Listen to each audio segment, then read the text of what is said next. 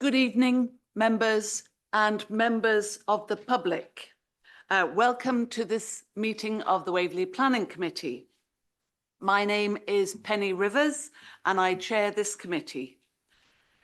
Members and officers, please raise your hand to indicate that you wish to speak.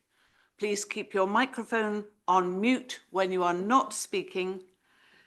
May questions please be brief and to the point.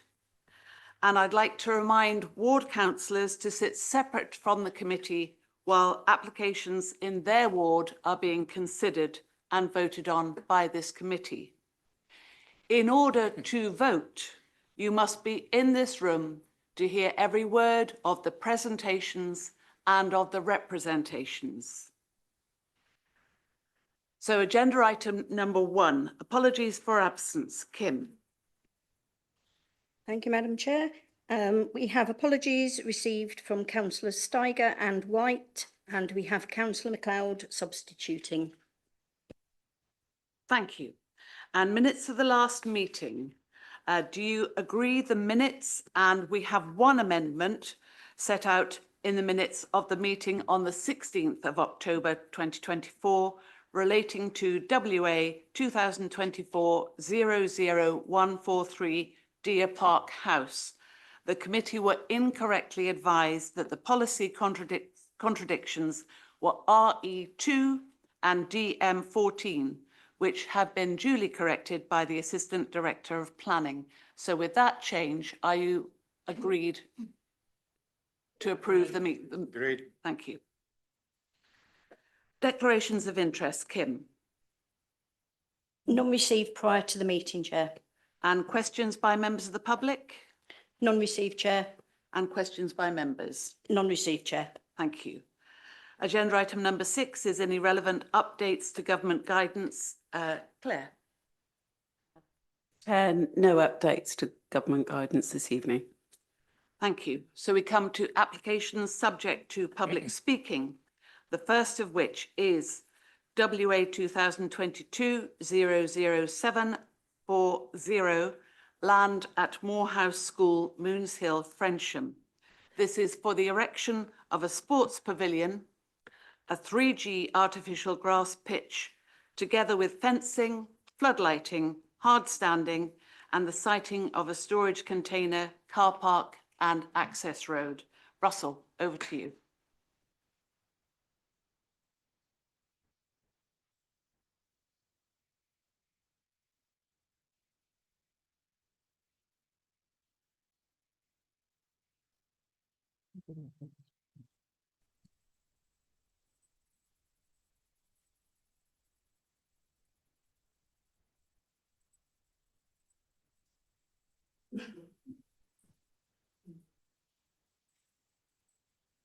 Good evening. This is application.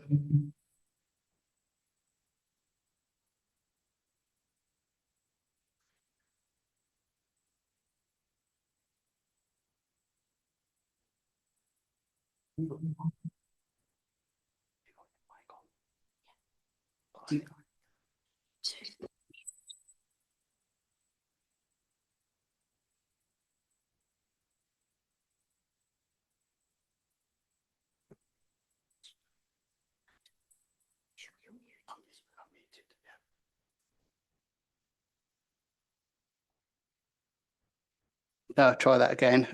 Good evening. This is an application at Moorhouse School on Moons Hill. The application is for a sports pavilion and artificial grass pitch with associated fencing, floodlighting, hard standing, a storage container, car park, and a one-way access road. The application relates to Moorhouse School, the UK's largest special needs day and boarding school for boys aged 8 to 18.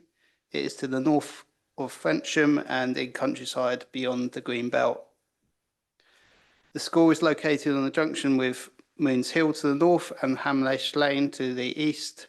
The sports pavilion and artificial grass pitch would be built on the southern part of the site, which is outlined in red. This is grassland bounded by individual specimen trees and mixed woodland. The topography of the school site itself drops sharply down to the south from the north, such that the school site is terraced, but the levels on the subject site marked in red fall from the west to the east. This slide shows the existing school buildings, access points and car parks.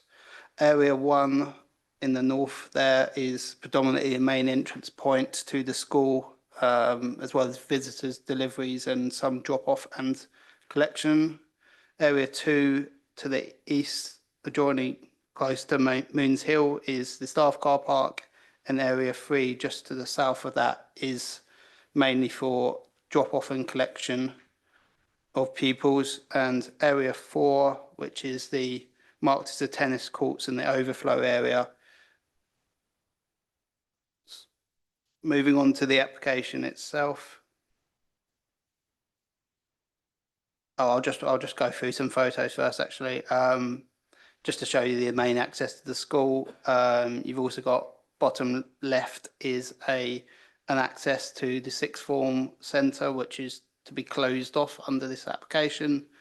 And the bottom right is the access to the staff and the drop-off car park and the overflow area on the playground. So this is the site itself in terms of where the sports pitch and the pavilion and associated infrastructure is to be proposed, just showing the existing grass land and the trees. And then pretty self-explanatory, but the top image there is from from the subject site, which is to be the reptile translocation zone. And the bottom image just shows you the boundary treatment in terms of the trees. On that boundary is with Hamlash Lane. So just showing the trees that currently exist on the site in that location. So turning to the application itself, the sports pavilion is to the south, to the north of the artificial pitch marked in red on the plan. It would provide 2 new changing rooms to show you the plan. Bespoke facilities for officials in addition to a central reception area and a second-hand uniform shop, which could be used for community activities as well. Separate and accessible lavatory facilities are to be provided for children and adults. Just moving back to this plan to talk about the pitch itself, it's going to be an artificial 3G surface for football, hockey and other sports. It would feature 4.5 metre high ball stop fencing and a lower barrier fence around the edge. A hard standing viewing area, a maintenance or sports equipment store, just in kind of, you just see that round to the edge, is also proposed.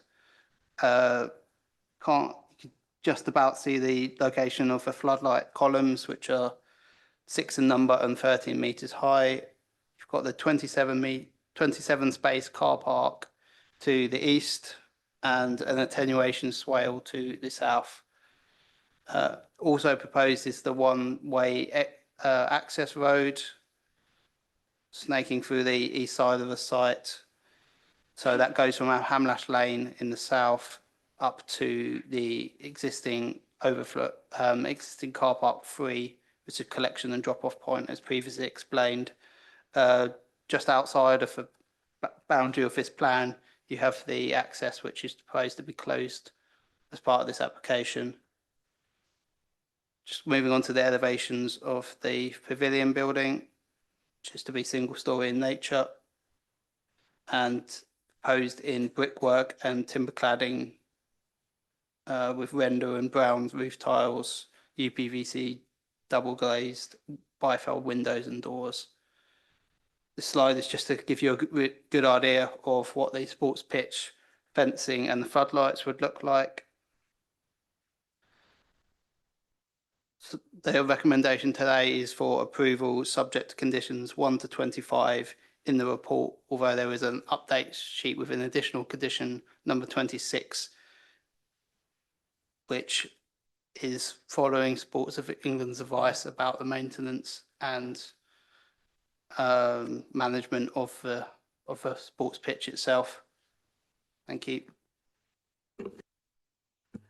Thank you, Russell. We have 5 speakers this evening, the first of which is Alex Baskerville.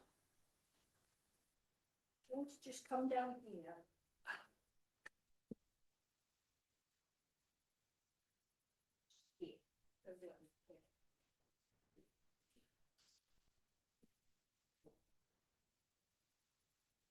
You have 4 minutes from when you start. Good evening, council members. I represent the residents of Frensham in opposition to the proposed development, which is unsustainable and incompatible with our rural setting, posing serious risks to road safety, local amenities and our quiet village environment. 60% of all road casualties happen in rural locations, according to recent government statistics. Since 2019, there has been a serious and fatal road collision at junctions accessing the school, plus a collision between a coach and a car on Kennel Lane this year. Increased traffic will sadly not dampen the statistics, as junctions serving the school do not comply with modern design standards. These junctions will not be altered by the proposal, and usage of them will be dramatically increased by unfamiliar road users. An independent traffic report concluded highway safety will be seriously prejudiced on Hamlash Lane, which is a narrow, rural road and home to 47 households. These concerns are shared by Farnham Town Council and Frensham Parish Council's objections. They are arguably best placed to appreciate and judge the viability of developments in the area. At weekends and during school holidays, the existing plans state the sports facility will be open to non-school groups for 13 hours a day. It is therefore feasible that 8 to 9 hire sessions could take place within this period, which would result in over 1,000 vehicular movements. The existing proposal cannot guarantee against this, nor includes conditions to prevent such usage. Sport England data indicates typical noise levels from a 3G pitch is around 58 decibels, well above the WHO guidelines for acceptable community noise, stating anything above 55 decibels causes serious annoyance, daytime and evening. The case officer has overlooked our independent noise report and the fact that acoustics from new buildings and hard surfacing, plus the reduction of established foliage, will maximise noise disruption. This will further erode the village's tranquility and contradicts the very principles that underpin Waverley's current boundary review of the area of natural beauty to Morehouse's perimeter. We ask councillors to contemplate how they can consider plans to protect rural villages like ours from intrusive developments whilst granting this proposal in parallel. Hamlash Lane is regularly used as a parking overspill by the school. The case officer states additional car parking on the site could reduce this, but 27-space car park cannot accommodate the estimated 66 vehicles in a 60-minute hire period, meaning overspill will continue. The argument that additional parking will be utilised further away within the school site is not a practical solution, nor an enforceable condition. The report acknowledges a significantly large increase in vehicles and agrees the site is not within a sustainable location, which leads us to highlight government guidelines that development schemes should be located where sustainable transport modes can be maximised. This development presents the opposite. Car sharing is not a sustainable nor viable solution as it is outside the applicant's control. Additional conditions to mitigate increased vehicle usage, presumably in recognition of congestion and traffic safety concerns, seek to promote local walking and cycling routes. This presents a genuine risk to public safety given there are no pathways or cycle routes serving the proposed location. Additionally, facilities will compete with local community spaces like Hallowdene Recreation Ground, Meridian Hall and the Royal British Legion within half a mile. All established community venues could suffer financially if overshadowed by this development, harming our community infrastructure. We know external funding sources will influence the site's usage, making this more of a commercial endeavour than an educational or community one. Given the serious implications presented on road safety, noise and light pollution, and community infrastructure by this unsustainably located commercial development, we respectfully urge you to reject the application. Comparable applications have been rejected for less in Essex, Cambridge and Durham. Furthermore, the existing recommendation vastly underestimates and downplays 120 objections raised, which have been validated by independent professional consultations. Councillors, if you're inclined to grant this application, we ask you condition this development to school use only, meaning facilities can only operate within existing school hours, within weekdays and term time in order to preserve our community's safety, character and quiet environment. Thank you. Thank you. Our next speaker is Jonathan Hetherington. Mr. Hetherington, you too have 4 minutes from when you start.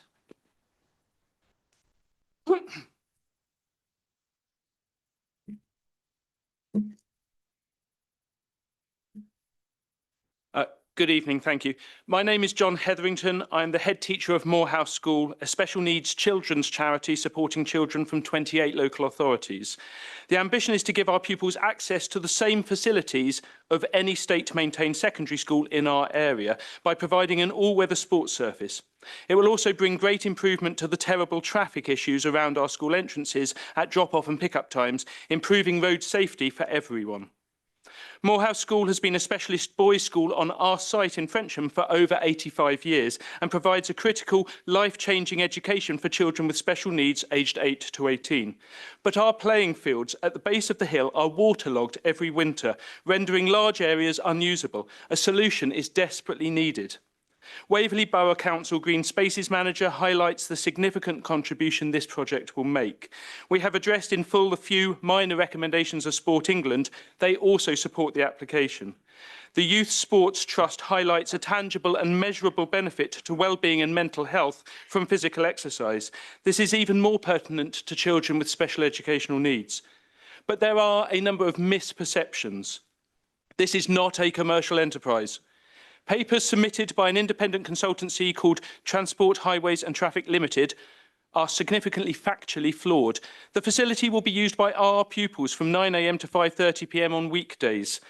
Unlike neighbouring schools who seem to use their facilities for commercial gain outside of school hours, after 5:30 p.m. ours will be used by our own boarding and day pupil clubs.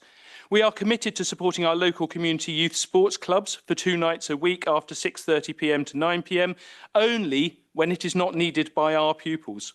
Our boarders will use it at weekends, but we hope to afford some very limited weekend use to local groups such as Church Juniors Football Club, who already use our playing fields for free and have done so for years. We have selected the Philips Optimisation Smart Light. Its market-leading spill reduction properties limit light pollution. Environmental Health raised no objections to the lighting plan, subject to the conditions that we will meet in full. We will also adhere to the lighting conditions stipulated by Surrey Wildlife Trust. This plan requires the removal of only 1 tree and pruning of another 9. We will plant a minimum of 25 new trees, including trees to block visibility and reduce noise to local neighbours. This is all approved by Natural England and the Borough Council Trees and Landscapes Department. And that is on top of the 810 trees that we have planted since May 2023 under the Woodland Trust's Queen's Green Canopy scheme. DEFRA is due to publish a study on the future of all-weather pitches next year. Recommendations made will influence changes to our plans. We commit to be fully in line with it, so we maintain our surface in the future in the best environmentally responsible manner. The increased roadway and parking provision will reduce traffic congestion significantly, improving safety. We have accommodated all of the recommendations presented by the Surrey County Council Highways Authority. They have granted permission subject to a number of very reasonable conditions. The single-storey pavilion provides team changing rooms which will improve safeguarding for our vulnerable students. If our children did not have special educational needs, they would benefit from the same basic sports facilities as their peers in any of our local secondary schools. It is not fair that they are denied the same opportunities for exercise and to excel at sport purely because they are already disadvantaged by developmental language, physical coordination, sensory and literacy difficulties. I hope councillors will deliver a judgment that enables us to end that disadvantage and empower these children. Thank you very much. Thank you. Thank you, Mr. Hetherington. Thank you, thank you. And our next speaker is Councillor Gemma Long. You have 4 minutes also. Thank you, Chair. Morehouse is not in my ward, but I have a son at the school and I'd like to speak in support of this application. Lest this look like a conflict of interest, I'd also observe that my son is in the 6th form. And so if this scheme is approved, then it's very likely that we'll suffer all of the inconvenience of the construction site without receiving any benefit whatsoever from the resulting scheme. Mr. Hetherington has said many of the things that I had on my notes, so I won't take up time repeating those. But I really want to focus on the benefits to the community that this scheme will bring as a result of improvements to the traffic flow. Congestion around the current access to the car park is immense. It's not only both entrance and exit, but it sits immediately adjacent to a crossroads, so cars can approach from 4 different directions. As if that weren't enough, traffic is exacerbated by the proximity of 2 other schools, Frensham Heights, a little further along the same road, and Edgeborough School, just around the corner, both of which are under a mile from Morehouse, along narrow country lanes. This leads to significant bottlenecks. I've sat in the queue for up to half an hour. In another setting, I would call my son and ask him to walk down the hill to the car. But the combination of 4-way traffic at the junction beside the car park entrance, plus the lack of footways, means it's simply not safe to do so, and Morehouse very sensibly forbids its pupils to leave the school site in order to do this. Having a one-way system through the school with its entrance in Hamlash Lane and the exit at the existing access point would vastly improve the flow of traffic and reduce congestion for all road users. There would also be an environmental benefit to this. All of the cars in the queue caused by the current road layout have their engines running because they're moving slowly. They're moving regularly, if slowly. Approving this scheme would cut the idling time of users of the road, whether they're accessing the school or passing by for other reasons. This would reduce noise, cut carbon emissions, and improve air quality in this rural environment, all of which are objectives of this council and its action in relation to climate emergency. Thank you. Thank you. Councillor Clark. Thank you, Madam Chair, and good evening, members, and good evening, guests. Most planning applications are decided balancing the harm versus the benefit. And that's what I'd like to focus on over the next 4 minutes. The site of this application is very much rural in nature, with the vast majority of Frensham Parish being open countryside. The school's entrance is at the crossroads of Moonhill, Lamlash Lane, Kennel Lane and Fifield Lane.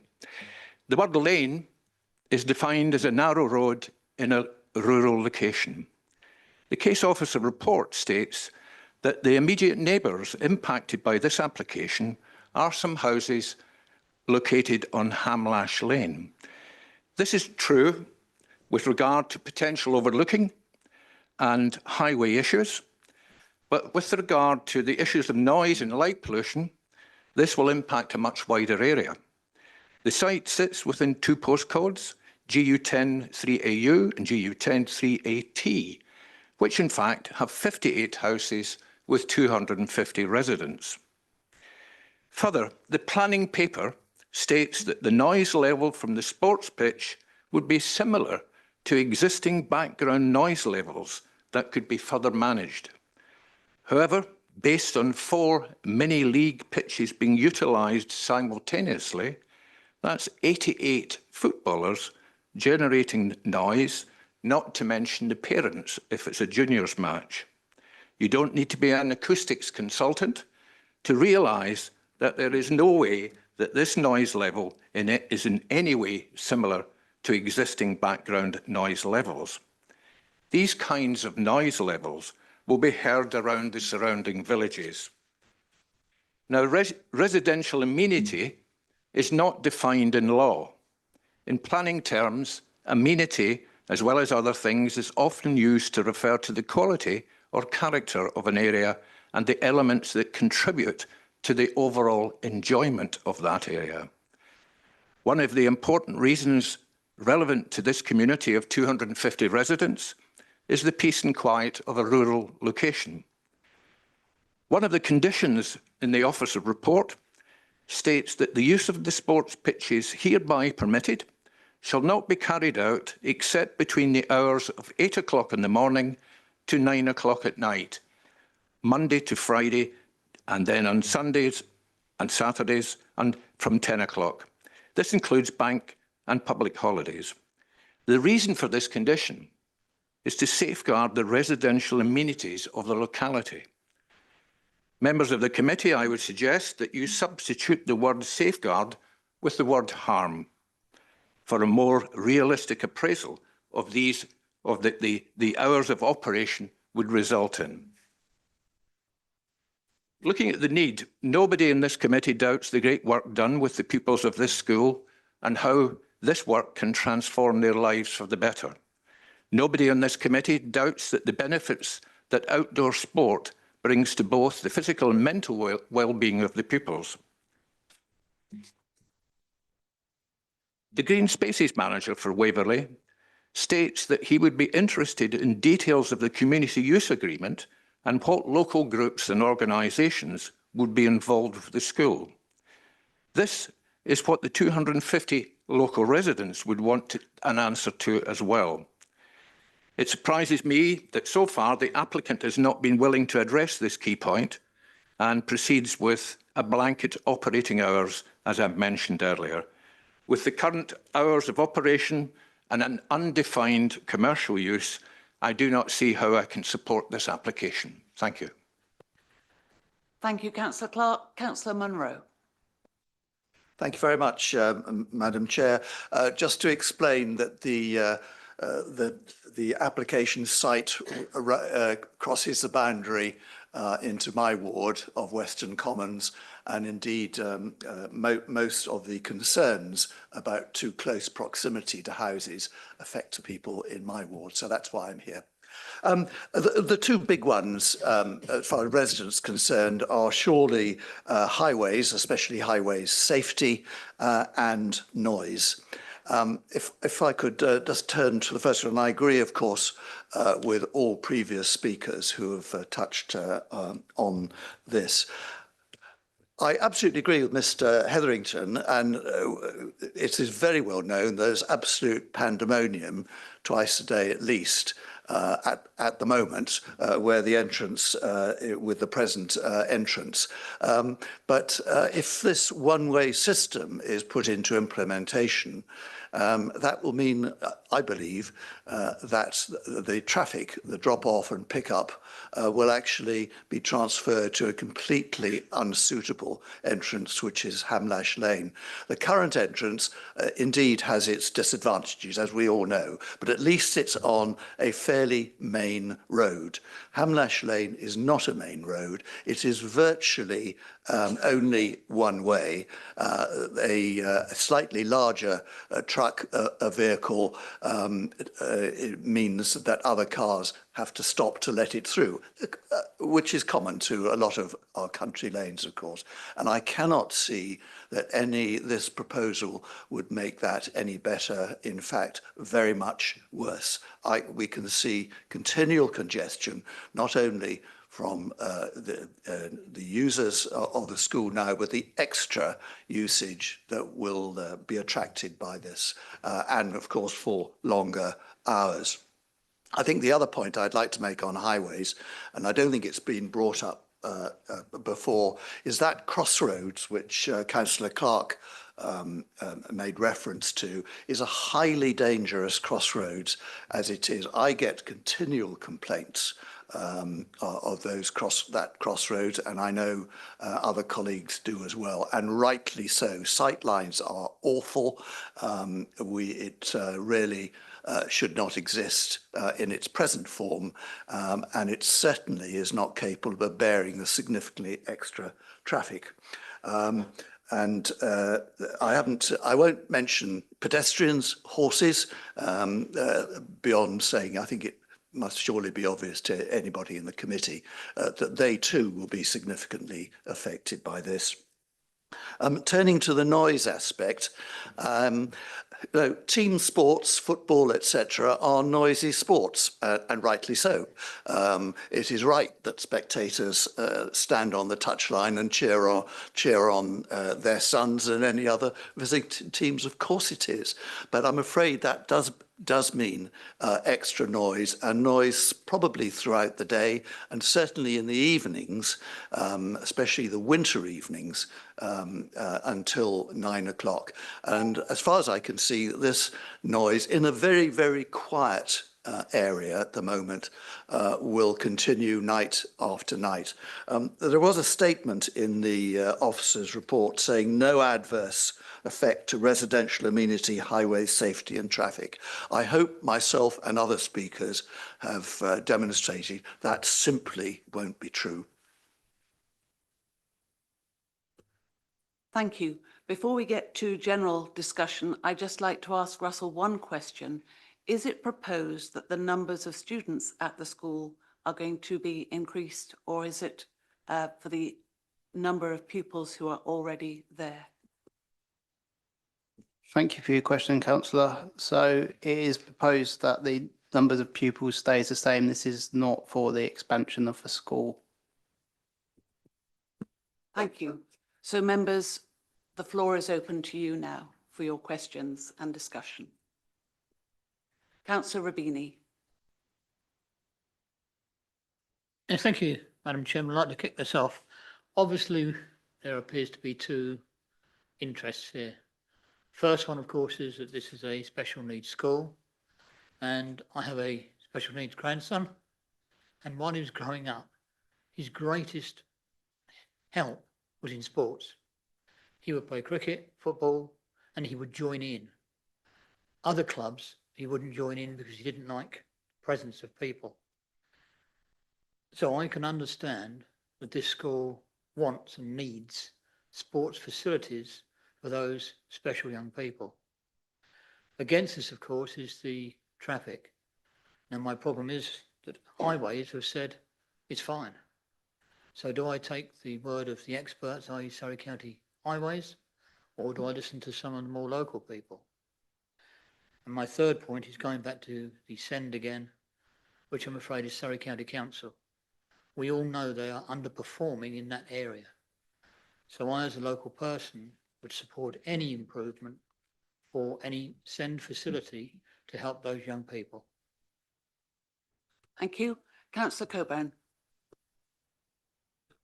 Thank you, Chairman. I drive down Hamlash Lane at least once a week to see my friend in Frensham, and I pass the school, and the school is one of the rare things in this chamber that's older than I am. I honestly don't see what's wrong with this application. I've tried, as long as we put the conditions in, I cannot see what planning grounds there are to turn this down.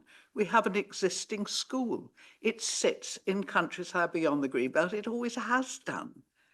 And yes, it's pandemonium at pickup time. Have you been to the Bourne? Have you been to South Farnham? I'm sure across the whole of the borough, it's pandemonium. It goes with this, the territory. I mean, the only way to have a school that doesn't affect anybody is to stick it so far away from a community, way out in the countryside, so that people can come and go without being affected by it. But, you know, all the schools in Farnham, and I'm sure across the borough, I can only really speak in Farnham, are crowded. There's problems with pickups. There's all sorts of issues. I spend my life driving down lanes. That's what you do in this bit of the world. They are lanes. Now, what we're asking here, or what the applicant is asking for, is just some improved sports pitches with an accompanying building, which obviously has to go side by side with the facility. And as long as we put the conditions on, the conditions for time, and I think, you know, the headmaster made it very, very clear that, you know, this is not going to be let out for all hours for some sort of, I don't know, leisure purpose other than what it's there for. And quite frankly, I love hearing children playing sport.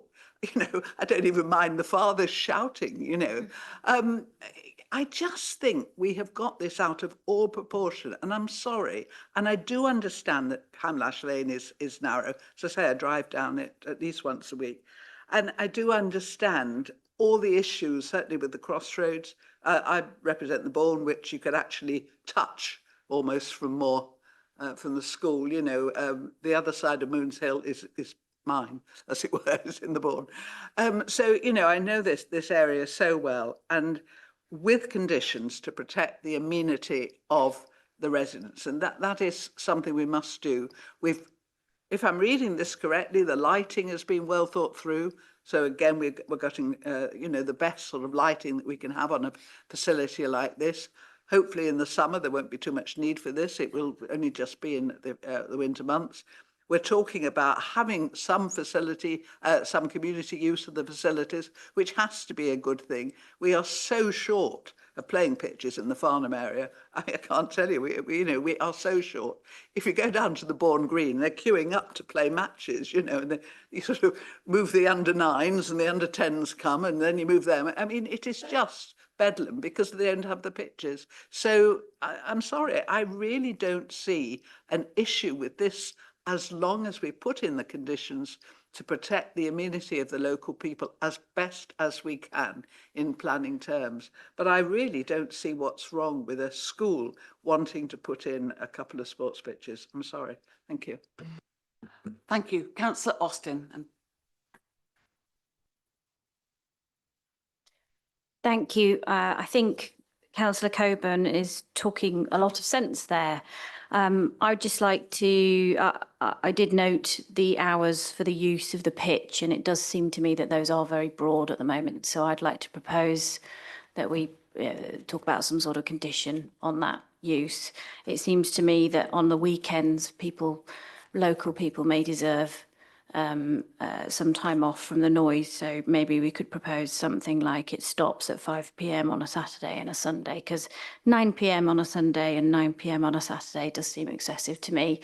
And for lighting as well to go alongside that, no lighting at those hours either. Thanks. Thank you. Councillor Weldon. Thank you. I have to say I'm frankly somewhat disappointed at the strength of the opposition to this proposal. We're talking here a school. Schools all need sports facilities, particularly in this country where we know there is a national problem with obesity and people overweight, and children in particular need to grow up for exercising more and participating more in sport. That applies across the board. It's particularly important, as we've heard already, for people with special needs, where they get additional benefit to their mental, emotional and intellectual progress. But also, as we've heard from Mr. Hetherington, there's an equality issue here. All children need sports. On that basis alone, the school needs sports facilities, but even more so, they need it because they are special needs. That is, to my mind, the fundamental arguments in favour of supporting this application, which I do wholeheartedly. I acknowledge that there are a number of difficulties and concerns and some objections. However, those objections have been addressed by the officer's report. Of the one that particularly is concern, I think, is the matter of traffic. We've heard of the fears for traffic congestion. We've also heard arguments from two speakers that traffic will in fact be alleviated, not aggravated, and Surrey Highways have no objections. Personally, I am strongly in support of this application. Thank you, Councillor Weldon. We have Councillor Spence and then Councillor Gale. Councillor Spence first. Thank you, Madam Chairman. I think we can all agree on the significant benefits that the school brings. Councillor Weldon has quite eloquently just reminded us of those. But as Councillor Clark earlier said, there's a balance. And yeah, I'm debating that in my own head right at the moment between the benefits to the school and the wider community and to the impact upon the local residents. I had two particular areas of concern, which I don't think yet been touched on. One is the pavilion. There's reference in the officer's report to it being used for children's birthday parties and other community activities. On, I think, page 11 of the report, there's an indication that the use of that pavilion will be tied in a condition. But condition 5 and 6 refer specifically just to the sports pitch and to a floodlighting. They don't reference the pavilion. So I have a concern that there could be a use of the pavilion for loud birthday parties and other functions going on late into the evening. So I'd like to suggest that condition 5 be amended to say the use of the sports pitch and pavilion so that's included. The second area of concern I have is on the entrance from Hamlash Lane.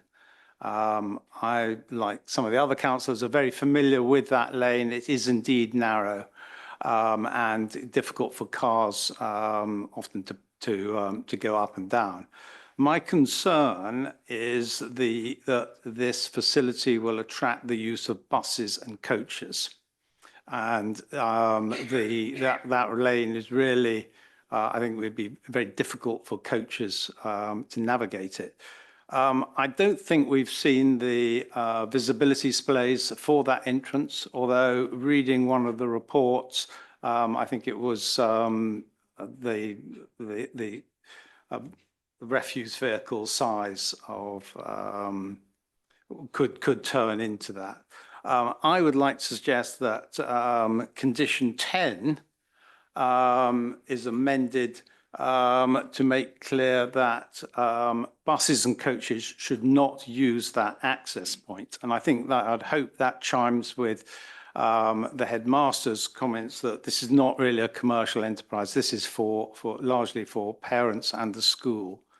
So I think it would be advantageous not to have coaches using that access. I also think that the pack that is conditioned on that condition should be issued to users who book the facilities and not just parents or teachers. Thank you. Thank you, Councillor Spence. There have been a few other conditions talked about, so when we get to that, we'll see whether there's support for those. We next have Councillor Gale. Thank you, Madam Chair. I'm very much in support of all children's schools being able to do these sporting activities, and I think it's a very healthy thing for any of them. However, I think it does impact on the local communities. I'm looking at condition 5 in particular, and I think being open to users until 9 o'clock at night, Monday to Fridays, until 9 o'clock at night on a Saturday and a Sunday, I think is excessive. We're talking really about the school needing this facility. And I think if the school needs the facility, weekdays, it could close earlier to give the surrounding area some comfort from noise in the evenings, especially in the summer when they might want to sit in their gardens. And I think it should not be open on a bank holiday and definitely closing much earlier for Saturdays and Sundays. I think it's a good thing. I think it's a very healthy thing. And we have one of these in my ward and it's very, very well used, but it is tucked right away from everything. So it doesn't really affect anyone, but I think this may. Thank you. Thank you. Councillor Keane. Thank you, Madam Chairman.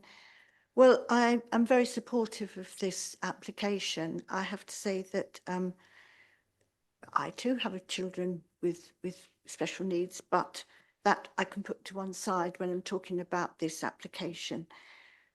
As Councillor Coburn pointed out quite rightly, wherever you have schools, you have problems with traffic. And it took me half an hour to get through Liphook today when bow hunt came out of school because I couldn't get past there. So we're always going to have this problem of traffic. But I do feel that, you know, also schools need to have this community use as well. Now, I do agree that maybe 9 o'clock at night is too late for community use, but there again, when you've got football teams, they do play quite late. We can hear them where we live, so that, you know, that's an understandable thing.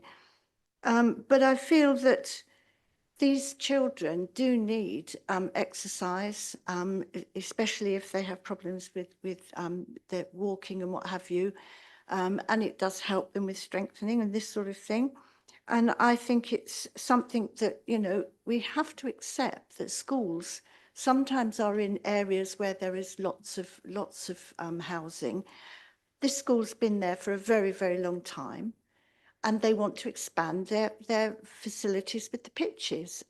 The lighting, I'm sure they have looked at that very carefully. I was involved in an area where there was, they wanted to put a pitch in and they wanted lighting, and the lighting worked very well with the residents surrounding it because it's specialised lighting. So I feel that that's, you know, that has been addressed, as the headmaster said. And I do feel that with all the conditions that we will put on, this will help to protect the residents.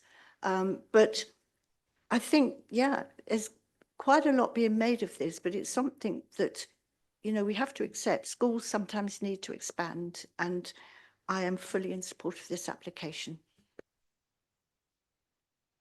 Councillor MacLeod. Thank you, Madam Chair. I think a great deal of sense has been spoken by members of the committee on this issue.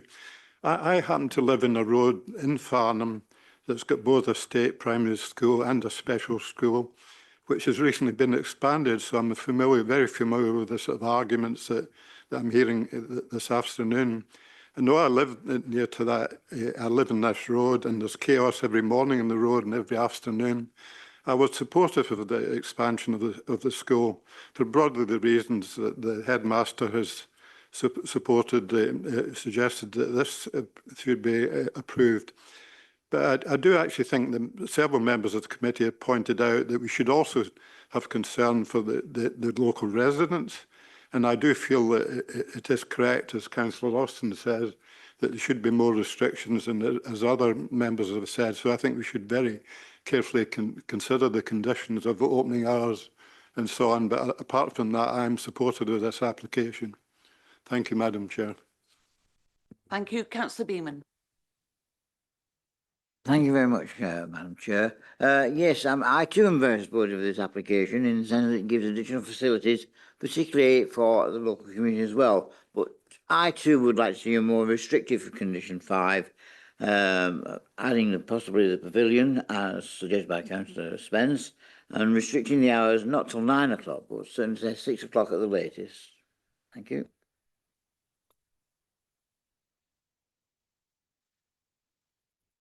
Thank you. Are there any other speakers? I don't see any other speakers. So, Claire, we have some discussion of the conditions. Yeah.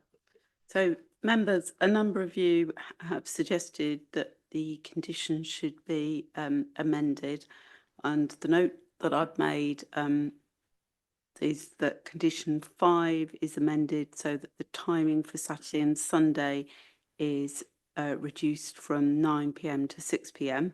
and that condition 5 also covers the use of the pavilion. Condition 6, similarly, the timing for the floodlights is reduced from 9 p.m. on Saturdays and Sundays to 6 p.m. Thank you. Councillor Clark, you have 2 minutes to sum up before we move to the vote. Thank you, Chair. Nobody is arguing against the needs of the school nor its pupils. My position is to mitigate the impact upon the residents of the opening hours. I was very surprised to hear Mr. Hetherington state that there is going to be no commercial aspect and that generally the facility will only be used during school hours. That certainly changes my outlook. I'm not sure how we condition that, whether what the head of planning has read out meets with what Mr. Hetherington said, and perhaps the head of planning can advise whether we can delegate some power to have a discussion outside this committee. Thank you.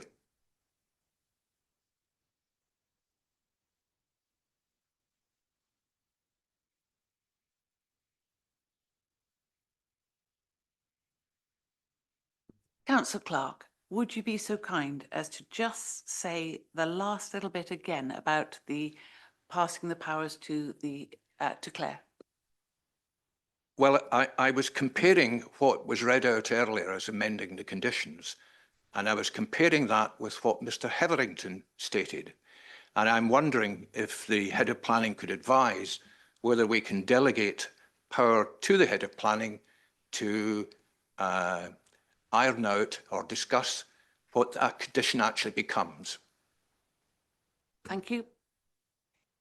So, members, just to advise on that point, it obviously is within your decision-making powers to decide to delegate to me the ability to amend the conditions in consultation with the school to agree at times that would enable the school to use the pitches and pavilion in the way they need to, in line with the way the school operates. But obviously in doing that, members, that would then take you outside of that conversation about what those earlier closing times would be, and then I would feedback, it would be in the minutes what I've agreed under those delegated powers.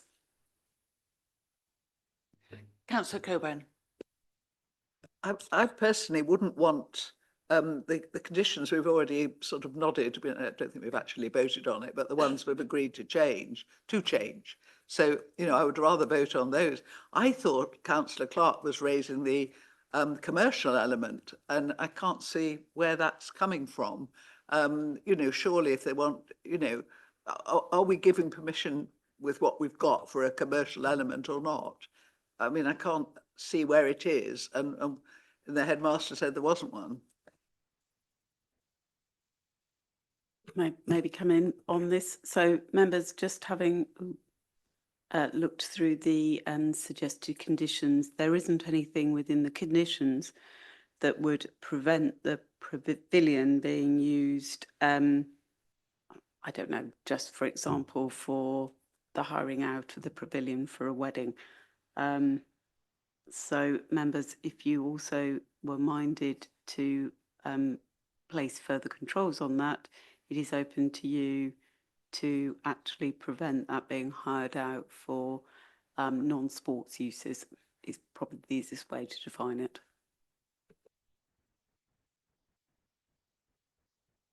Councillor Austin. I suppose it's a question, Claire, is there any way of conditioning that? So, for example, you could say not less than X hours a week, or a proportion, 75% of the time to be used by the school only, something like that. Members, there would be, so obviously any condition just to begin with has to meet the tests, reasonable enforcement necessary to, address planning harm, etc., etc. And obviously enforcement is one of the key things for me, because if we then say, well, they've used it for 5 minutes more, how do we measure that and deal with that going forward?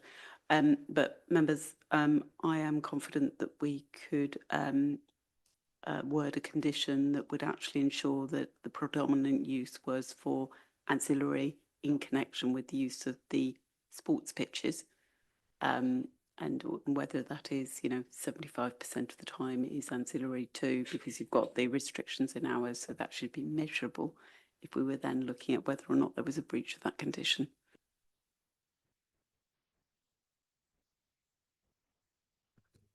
So, members, have you followed that? Are you in agreement with those two additional, or one different change condition and one additional condition? Agreed.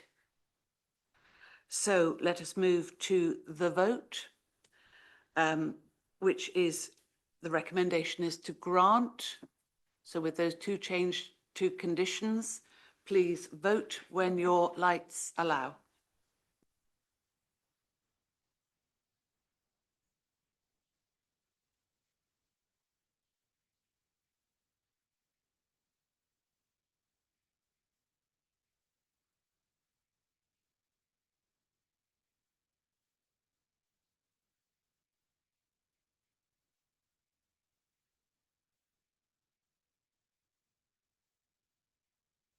That is carried. Vote was 12 for with 1 abstention and nobody against. So that is carried.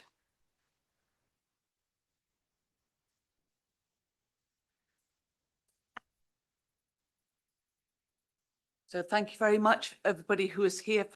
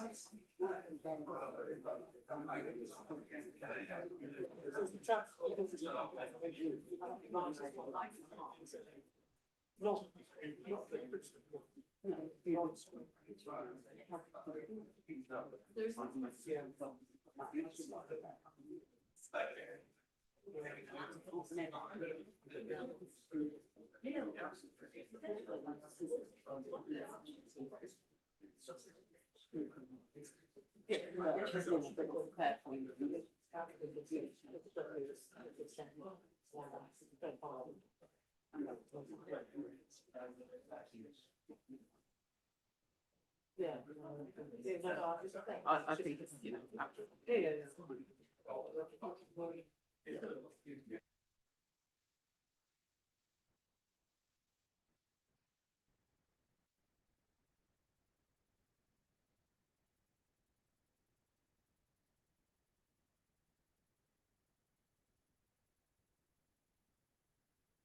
Yep. Okay, everybody, Vice Chair. I'm going to start without you, Councillor Clark. The next application is WA 2024-00731, land at the rear of Courtmead, 13 Derby Road, Hazelmere. This application is for the erection of 3 detached dwellings with vehicular access and associated works. Over to you, Dana. Thank you, Madam Chair, and good evening, everyone.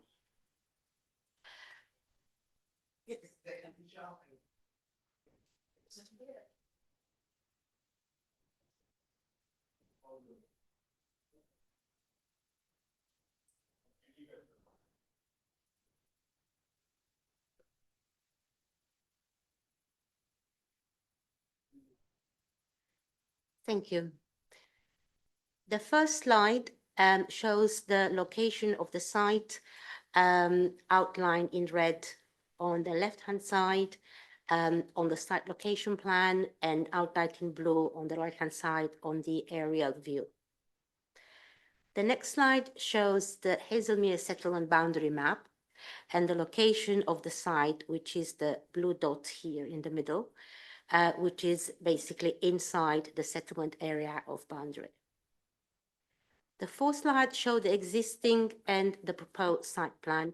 The existing site plan and the proposed site plan showing the proposal at the rear of number 13 Courtmead, the Courtmead number 13 Derby Road, which benefits from a large rear garden that is proposed to be subdivided to accommodate a crescent of 3 dwellings. The rear served by an access road from Derby Road.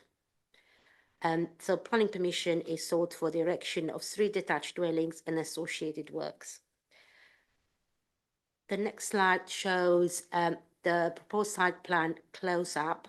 The slide on the left-hand side shows the front of the site, the new access, and importantly, the existing planting that adjoins the boundary with the property number 15, with the next door property, which is around 5.5 meters wide at the front of the side for about 26 meters, after which it tapers in to a separation distance of about 2.5 meters. And I'm just going to go quickly to the next slides, because these are photographs taken from the side of number 13, looking toward number 15, so the side of the property. And the next slide shows the boundary as seen from the rear of the site, where the proposed dwellings are proposed to be located. So it's a very thick hedged boundary. On the right-hand side, we've got a close-up of the actual 3 dwellings and how they are laid out in a crescent around the middle turning area. that leads to their individual parking areas. And as can be seen from the side, they are well separated from each other and benefit from appropriate rear gardens. The next slide shows plot number 1, which is a detached two-story house with the integral garage. The next slide is plot number 2, which is a detached two-story dwellings with an detached garage to the side. So this is the detached garage. And plot number 3, which is again a detached two-story house with integral garage. The next slide shows CGI image of the proposed dwellings, how they will be seen in their little cul-de-sac crescent. And the next slide is a section of the site. It is important to note that the site falls down towards the rear in total about 10 meters. So the proposed dwellings will be located on a much lower site level than the properties on Derby Road, which combined with the distance away from Derby Road means they will afford very little visibility in the street scene.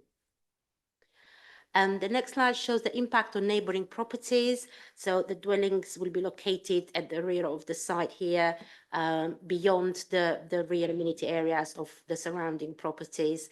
The nearest dwelling will be the donor dwelling number 13, which is in excess of 57 meters away, and there's even bigger separation distance to number 11 and number 15 respectively. Therefore, also combined with the fact they'll be on lower ground, there will be no impact on these neighboring properties with regards to loss of light, overbearing impact, or potential overlooking or loss of privacy. The application is recommended for approval subject to conditions, and the main matters for considerations are scale and design, impact on visual amenities, streets and character of the area, impact on residential amenity, parking and highway safety, trees and landscape, ecology and drainage. Thank you, Madam Chair. Thank you very much. We have 2 speakers. The first is Matt Molan. Thank you. You have 4 minutes from when you start.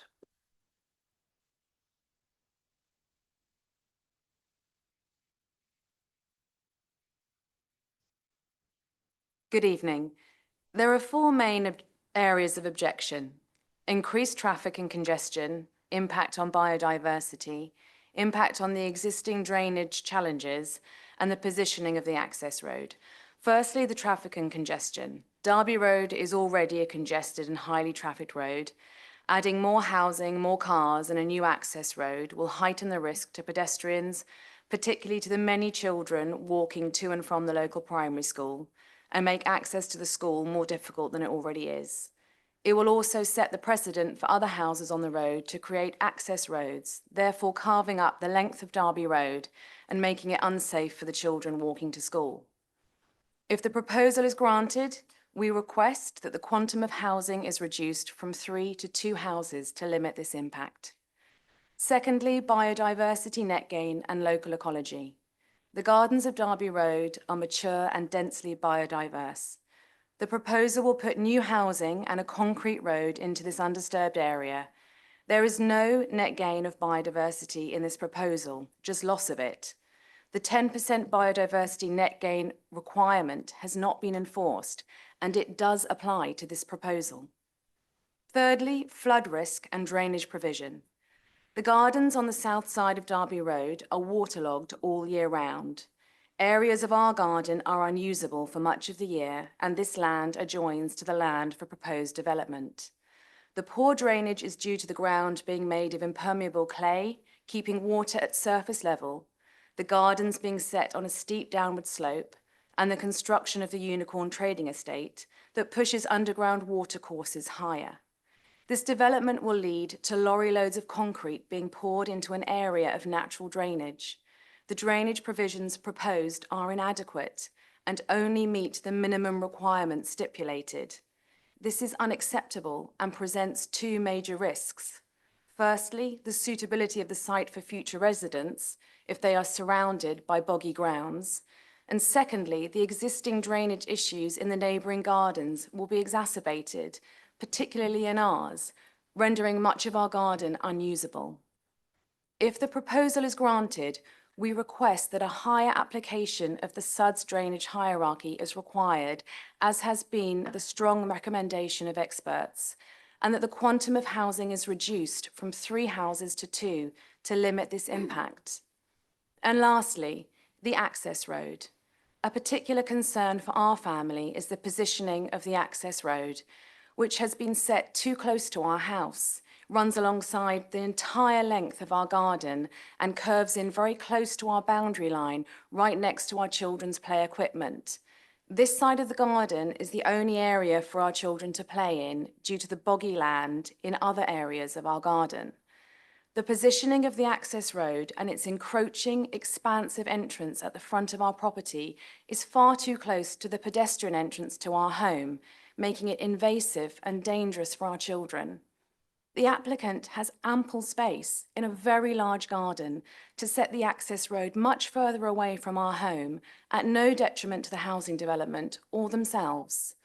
The unnecessary proximity of the access road to our house will have a hugely negative impact on us and our ability to enjoy living in our peaceful home. Should the proposal be granted, our request is that the access road is moved at least 7 metres away from our boundary line, along the entire length of the boundary, not just at the top. The vast majority of Derby Road residents and the local school request that this proposal is refused. If it goes ahead, we would ask that it should be on the condition of our requests being included. Thank you. Thank you. Our next speaker is Mr. Bandos. You two have 4 minutes.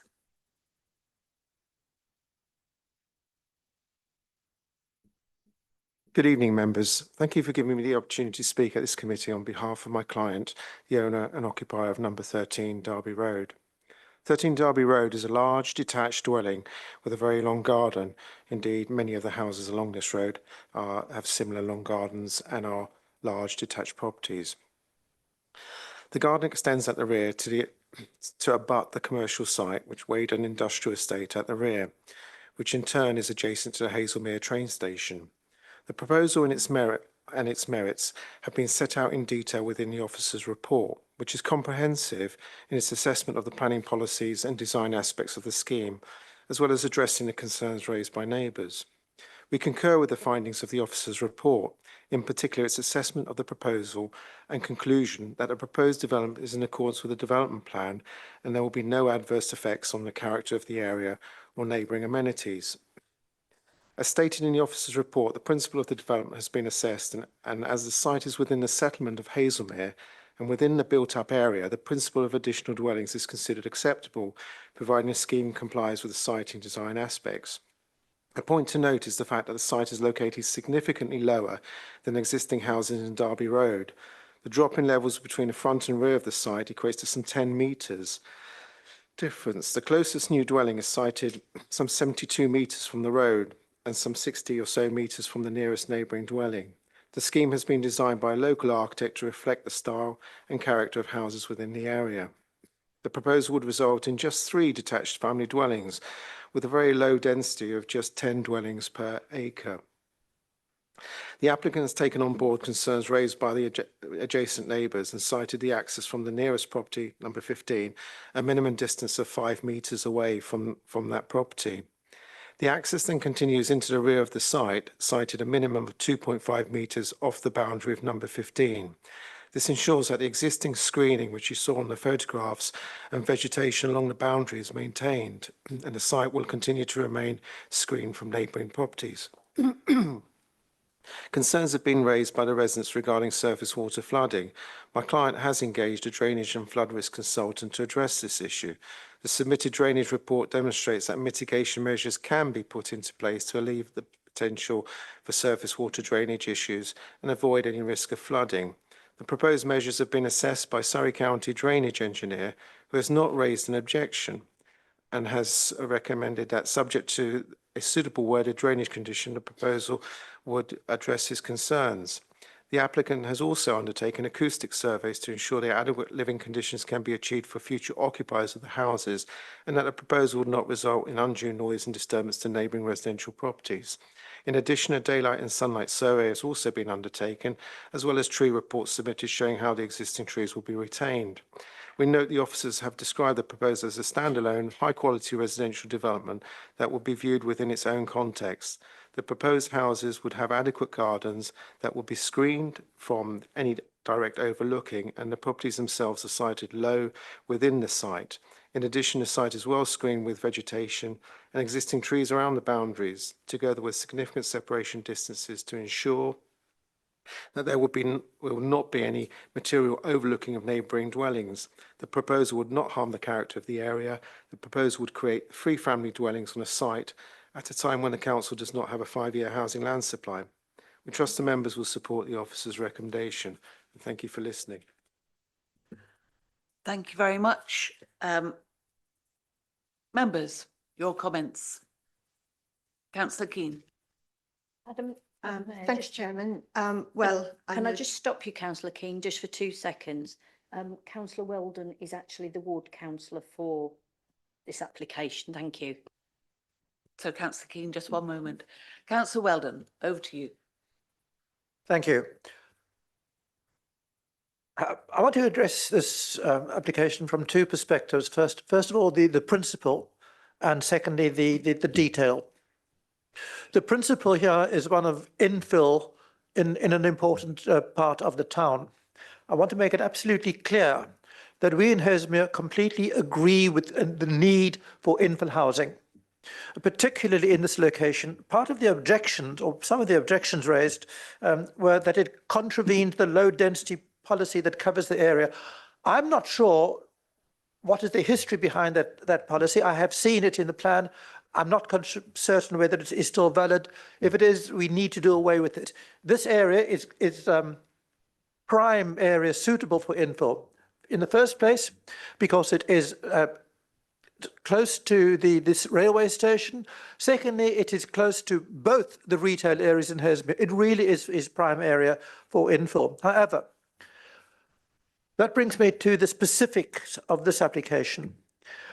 Precisely because we support the principle of infill, when it came before the town council, we supported the application, except with some reservations about access to the proposed new dwellings, access for things like delivery vans, and for that matter, refuse collection and so on.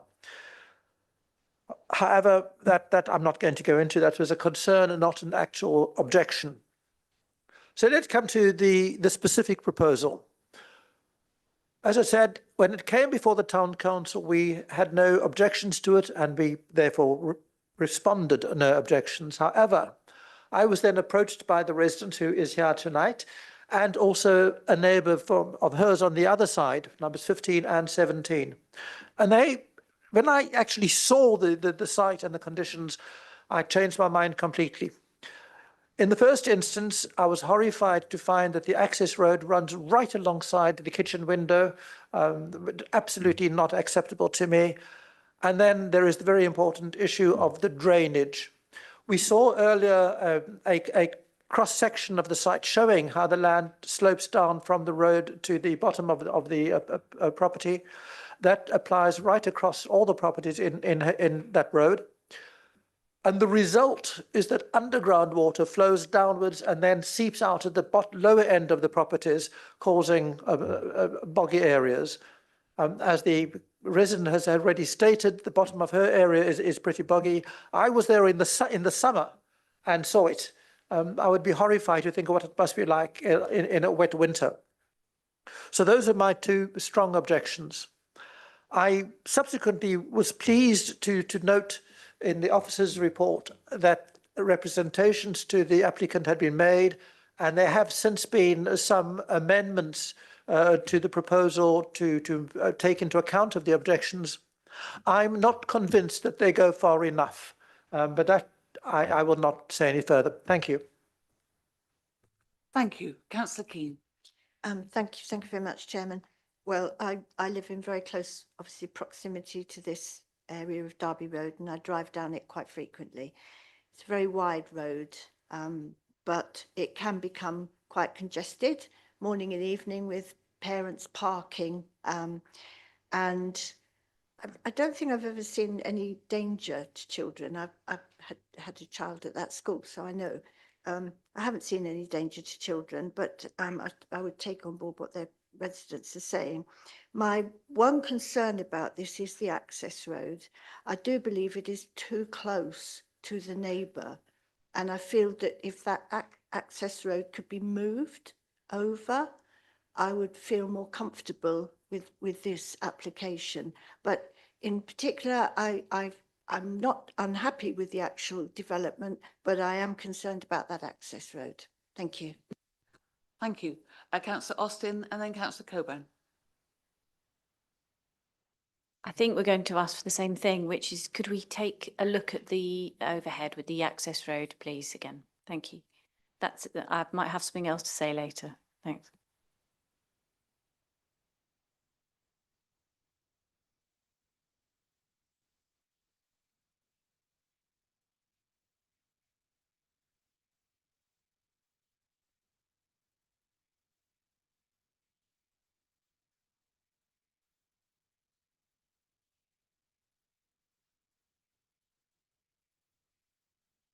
Excuse me, this is the slide you wanted to see?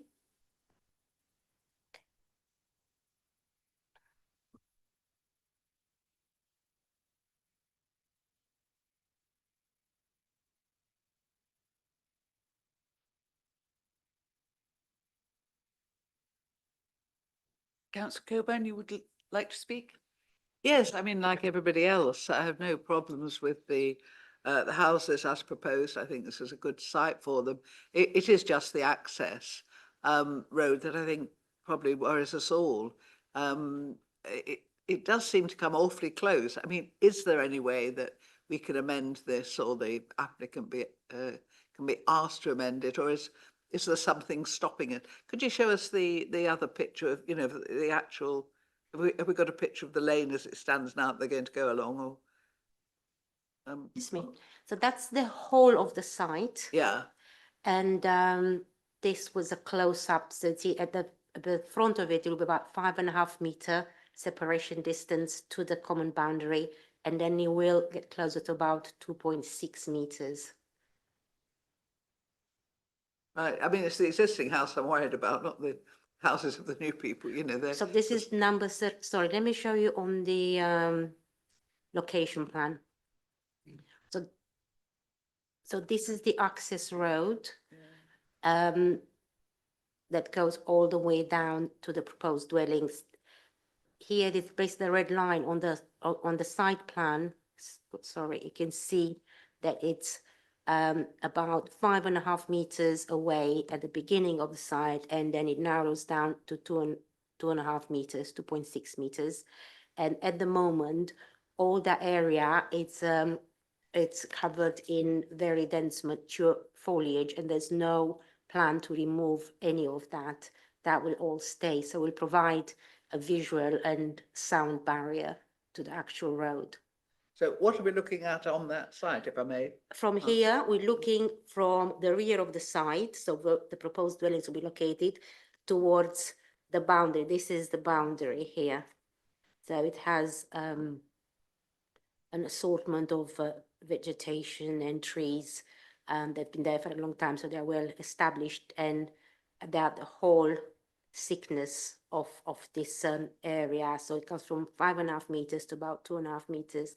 And this one is, if you wish, from the side of number 13 looking towards number 15. So that's at the beginning of the site if you want, and the other two are more towards the rear of the site. So just to show in context, if you sit here and look this way and this way, you will have these two views. And if you were looking from here, so from the rear of the side towards the boundary, you will have this view. So the boundary runs all along here behind this hedge. Thank you very much. I have a question, if I may. Could we have the picture of both houses, 15 and 13, just to ascertain whether the number 15 is actually at the wider part of the road, not the narrower part? Yep. This one? Yep. So this is number 15 and this is number 13. The red line includes all the area to the boundary. The actual access road will be about 5.5 meters in and then moving to about 2.5 meters in. But it will run parallel with the common boundary, yes. I have a question, thank you. One of the diagrams showed that the distance, I'm talking about the access road now, the distance between the access road and the neighbouring property at the entrance of the access road was, I think, 6 metres, did you say? But then it narrows down to 2 metres. Is there any particular, I can understand why number 13 doesn't want to annex part of his property, because that's what would happen if he brought the access road further away from number 15.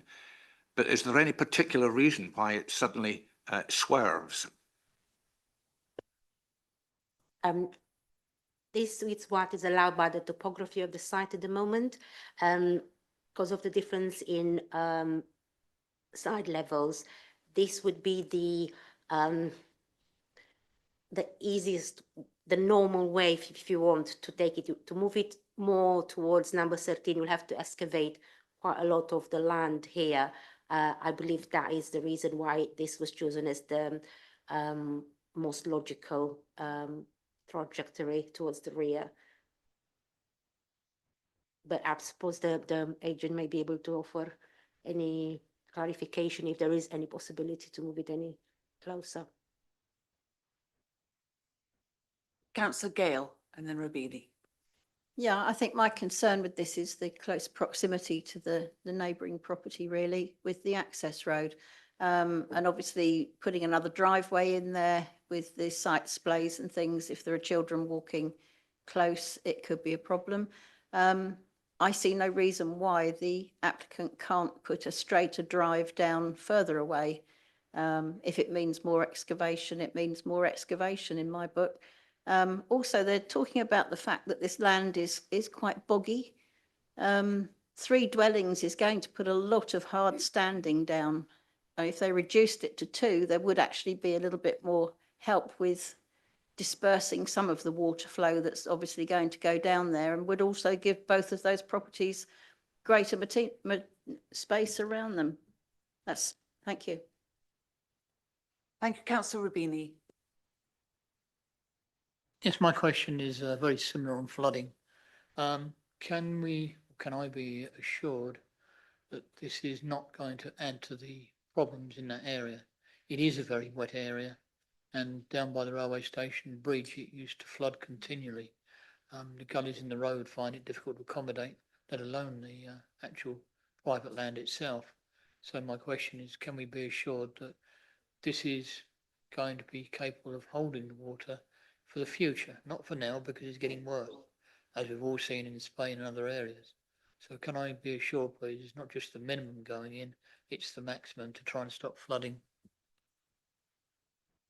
Certainly, we have consulted the Surrey County Council drainage engineer, and we imposed a condition at his request for a drainage scheme, surface water drainage scheme, to be submitted to and approved prior to any development commencing.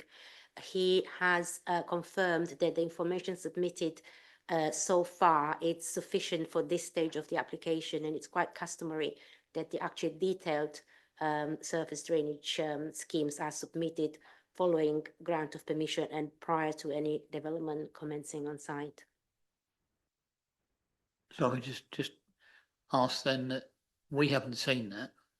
So do we trust them? Do we trust you? I mean, who queries the In their flooding professional plan? capacity, the Surrey County Council drainage engineer raised no objection subject to this condition being imposed, this condition 20 in the report. Councillor Sullivan. Sorry if I've missed it, but the obviously the railway is fairly close and there's quite a fair amount of light pollution, especially in the winter months. I'm sorry if I have missed it, but has that been considered on the application that these are closer to the railway and therefore would be closer to the winter lights?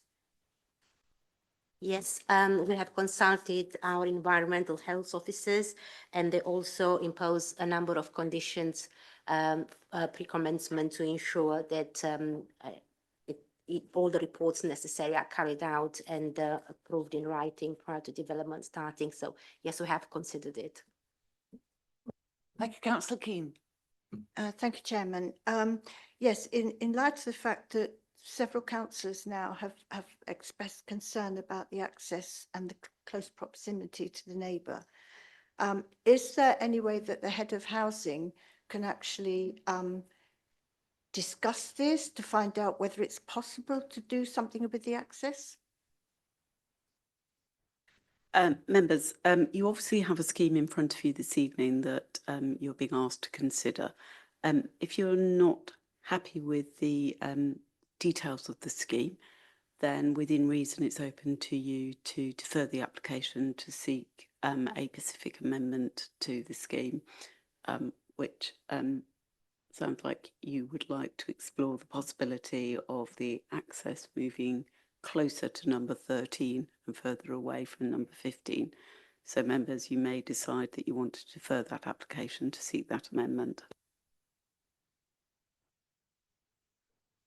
Councillor Coburn. Can I propose that deferral? I think we all feel uneasy about the access, whereas, you know, we're not so, well, not so, many of us think the 3 houses are perfectly acceptable, but it is the access. So Councillor Keane, you're seconding that. Is everybody in favour of that? Deferring? Agreed. Agreed. Thank you. So that is deferred. And we move on to the third application, 7.3, WA 2024-01596, land at West Street, Farnham. Change of use and alterations to provide a single dwelling. And the officer is Dana. Thank you, Madam Chair. The first slide shows the location of the site outlined in red on the location plan and in blue on the aerial view. And the next slide shows the location of the site in the wider context, which is the blue dot here in the middle. And you can see its context from on West Street in relation to University of Arts, the Waitrose and Castle Street. The next slide is a photograph of the existing front elevation and the shop front. And the next slide is a photograph of the original 1991 shop front. It is proposed to remove the existing shop front and to replace it with the original shop front, window and doorway with steps. The applicant sought pre-application advice from the council. Given that the existing shop front is a 21st century addition that does not contribute to the significance of the listed building, the council's heritage officer considers the reinstatement of the original shop, doorway and steps to be an enhancement. The proposed change of use is consistent with the original intended use of the building, which is residential. The applicant was advised that the most appropriate approach is to reflect the 1991 picture as much as possible. And as we can see from the existing elevation to the left and the proposed elevation to the right, that has been achieved in this drawing. So this is the original picture of the original shop front, and this is the proposed shop front. This is a CGI of the existing and proposed front elevation. Again, the existing shop and the proposed replacement with the original shop front, even though it's self-residential dwelling. And there are other minor alterations with the placement of the first floor window and the existing dormer to be more appropriate to the listed building. There's a large number of objections received for this application, which are all noted, and they're all in regards to the change of use of the shop and the loss of the shop. The application site is located outside the Farnham town centre boundary. It's this little cross here.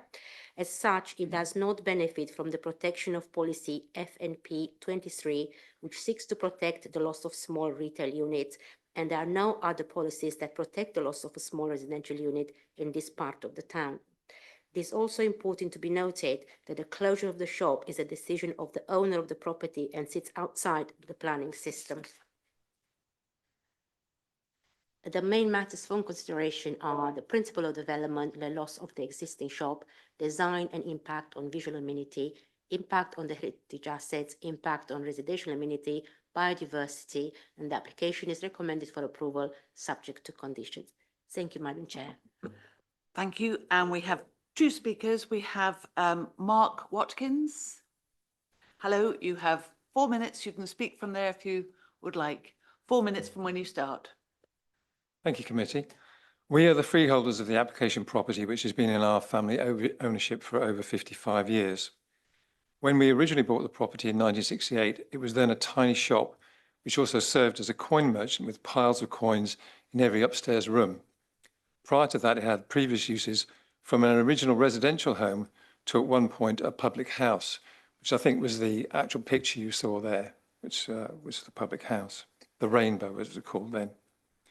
It was also our home in the early years, with my father-in-law developing a business as a thriving newsagent with many now defunct paper rounds and serving workers from the long-gone Crosby Doors factory.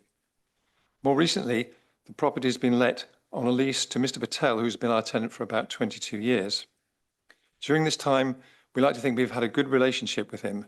At each rent review, we have tried to support him and have regularly ended up agreeing a lower than market rent to help him cope with tough trading conditions over the years. We also allowed him to sublet the upstairs flat when he didn't live there to help support the business. The most recent 15-year lease for the property actually ended in July this year, and in discussion with the tenant, we explained we wished to try and renovate the building into a home. As part of the discussion, we agreed a new short-term 2-year lease with a rent-free period to allow him to plan for the future and to move or wind down the business. After this period, he's agreed to leave. As the property owners, we could see that the future for small independent shops is tough unless somebody is willing to make financial sacrifices, especially as much trading is now done online or at supermarkets. There may be other commercial uses which fit under its current Class E business class use, which may be more financially sustainable, but we did not think that these businesses would necessarily be good neighbours or suitable for this location. We are also very mindful that our property is a listed building, and we consider that the best way to give it a sustainable future was to revert it back to residential use, like its immediate adjoined neighbours, as you will see in the CGI picture. The building will require substantial financial investment in order to restore it, as no significant improvements or restoration have been done for over 60 years, and probably for very much longer.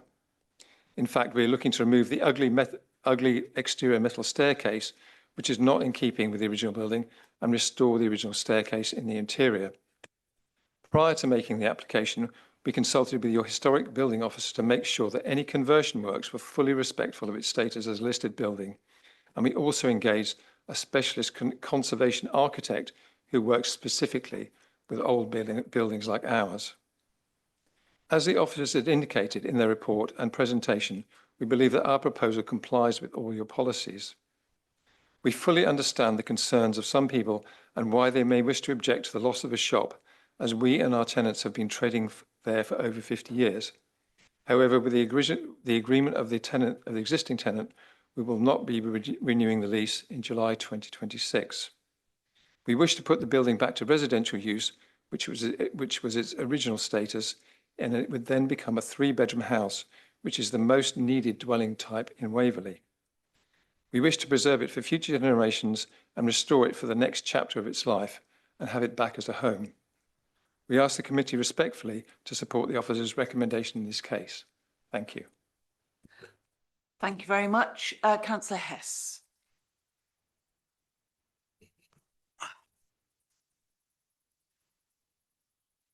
Good evening, Madam Chair and colleagues. I'm Councillor George Hess, representing Castle Ward, and here tonight to speak on this application for change of use.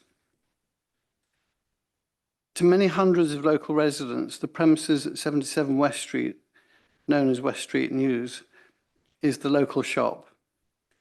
And as the case officer has mentioned, many have objected to this change of use. In the day-to-day life of the West End of Farnham, this vibrant shop has been serving the community, I'm told, for over 60 years. In total, the Patel family have operated the shop for some 42 years, and Anand and Tajal Patel, who run it now, for over 20 years. Over the years, the shop has served the residents and passing trade faithfully 7 days a week, all year round. Here you can collect your papers, buy groceries, a bottle of wine, or a pint of milk when you've run out. They also sell top-ups for prepayment meters, TV licenses, and a number of parcel services.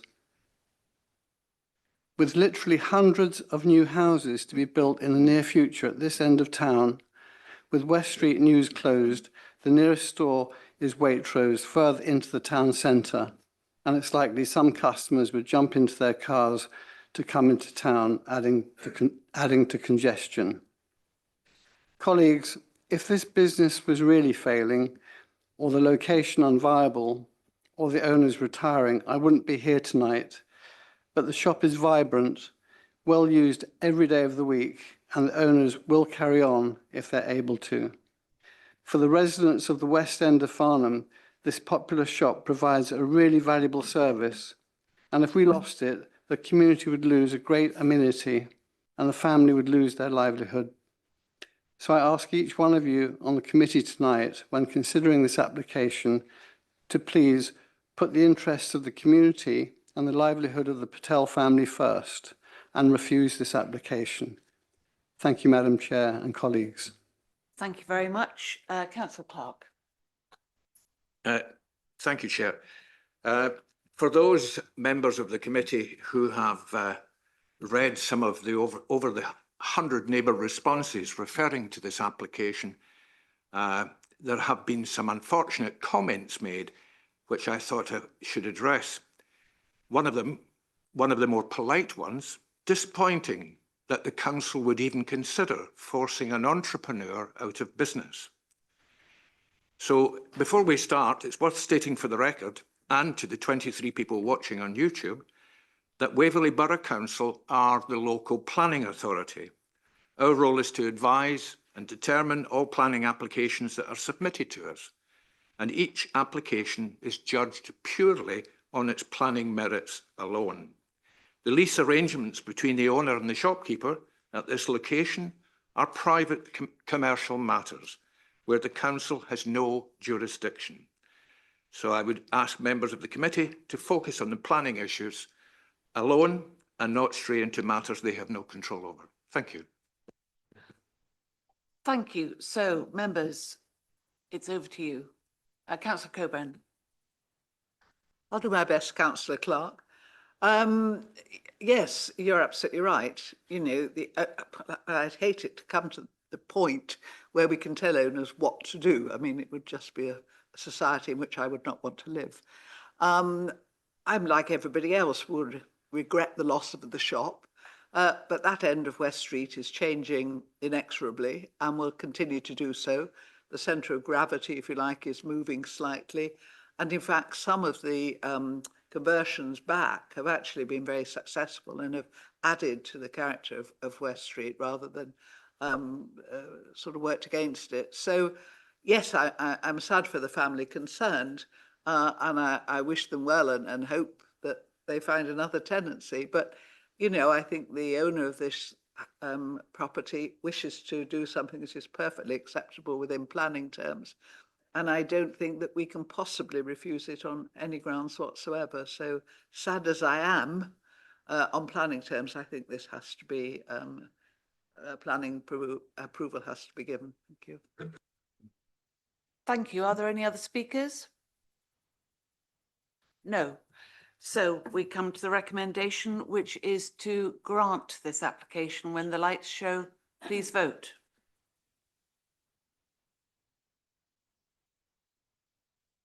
I beg your pardon, Councillor Hess, you're allowed to sum up. Thank you very much.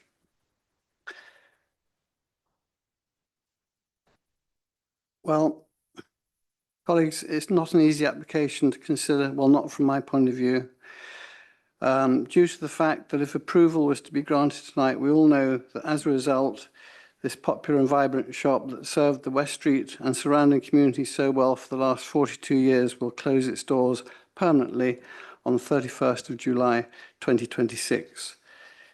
If this application is approved, there will be many in the community who will look back on the decision taken here tonight with deeply felt regret.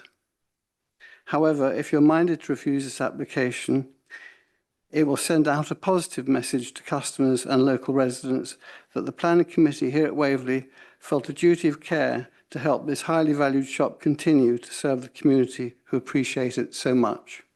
So I sincerely hope that when you cast your vote in a few moments' time, you'll be thinking of what the shop means to West Street, to the community, customers further afield, and the Patel family. Thank you, Madam Chair. Thank you, colleagues. Thank you. So when lights show, please vote.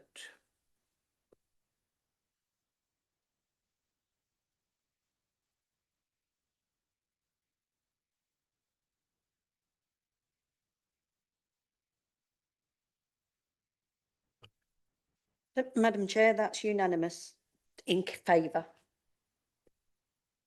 That is carried. So we move to our last application, which is WA 2024-01004, land at Hawthorn's, Bells Piece, Hale Road, Farnham. This is approval of reserved matters. Russell. Good evening again, members. So this is an application, as the chair set out, for reserved matters in respect of appearance, landscaping, layout and scale at the Hawthorn's Bells Piece on Hale Road. This follows the outline and access being approved at appeal in 2022. The proposal includes public open space, car parking, landscaping and associated infrastructure.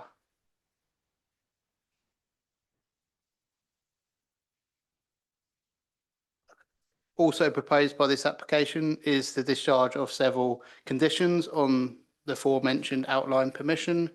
2 are pre-commencement, another 2 are required to be submitted for discharge with such a reserved matters application, and the others are either prior to first occupation or for development or above groundworks commencing. So the conditions there are laid out in what they relate to. Conditions 10, 11, 14 and 15 are those that are recommended to be discharged through this application, meaning 18 and 25 are not yet acceptable. So in terms of the location of the proposed site, it's to the north of Farnham but outside its built up area boundary. But it is to the south of Hale, as you can see, and the Six Bells roundabout on the west side of Hale Road. Site contains a single detached dwelling known as Hawthorn's, accessed via a single track shared with the Bells Piece care home to the south. The site also comprises a small paddock and field or meadow that adjoins the Nadder stream to the north. Outline permission has been granted at appeal, as mentioned, for the erection of 65 dwellings on this site, as well as the access road to serve it. So that is just an existing site plan showing the residential dwelling, its garden and the wider field and meadow with another stream that runs to the northern boundary. The site slopes down from the southwest corner to the north and east, with the southern portion of the site remaining relatively flat. Moving on to the actual proposal itself, you can see the layout there, which groups development in several sections, allowing the creation of perimeter blocks with the higher density housing of smaller dwellings to the southern part, and the lower density, larger houses to the northern part, fronting directly onto the access road. The apartment buildings can be seen just the southeast corner of the southern section and the western part of the site. They're well set within the site with the detached houses to the entrance of the site. As regards landscaping, there would be street trees, shrubs, and local biodiversity plants species in the public realm, together with places to interact and play for future residents. So just to show you the site photos, you've got the existing access to Hawthorns, which, as I say, is a single residential dwelling. It shares that access. You can see where it splits at the tree line with the Six Bells public house and its car park. You have Scholars Way, which is a public right of way to Farnham Park, running to the south of the site, and just some photos of the existing house at the Hawthorns, permission for the demolition of which has already been allowed at appeal. Some site photos taken from today. You've got views of the site from the access to the Hawthorns, looking north and also looking westwards. This is where the access to the site would be formed onto Hale Road. So you've got views into the site on the opposite side of Hale Road and also from within the site there. I've got a map showing where these photos are taken from, which probably might be useful to bring up. So I think 5 and 6 you can see there, just look towards the north and the dwelling itself. So the top one's to the north and the bottom one's looking towards the existing dwelling on the site. And then you've got 7 and 8. 7 is to the northeast corner of the site, looking towards the Nather stream, and 8 is also looking towards where 7 is. 8 is actually, well, it's a clump of hedgerow below which there is the existing badger set on site. And then just moving to image 9 there, which looks towards the south of the site. Just moving on to the affordable housing to be provided on site. It's 26 dwellings, which equates to about 40% affordable housing above the policy compliant level of 30%. And this comprises 19 affordable rent and 7 first homes, arranged as shown on the plan. Just to give you an idea of the elevations and what they would look like, as well as the scale. So you've got a mix of 2 and 2.5 story houses, as well as 2.5 and 3 story apartment blocks. Just to note that since the outline proposal, a number of the 1-bed houses, so close to dotted throughout the site, have been incorporated, resulting in less bulky apartment buildings. So just showing again some of the 2.5 and 2 story houses there.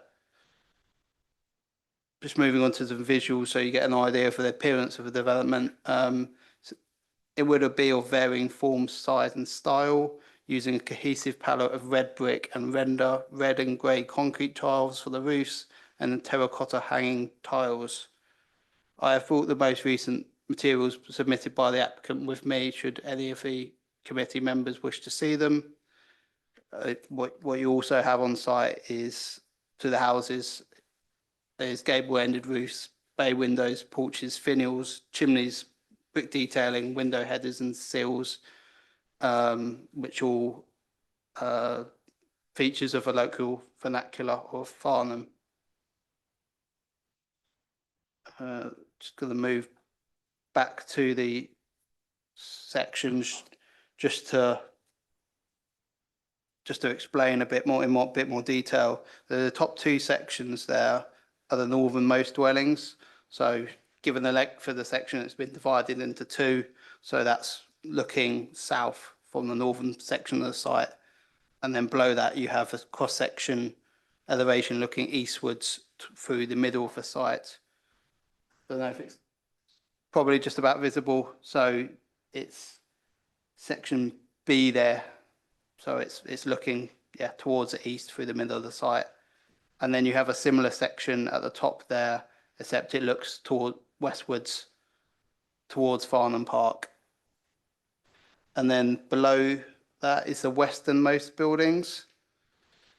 Like the previous cross section, it shows a reduction in site levels towards the north in the northwestern corner where the main play area is proposed.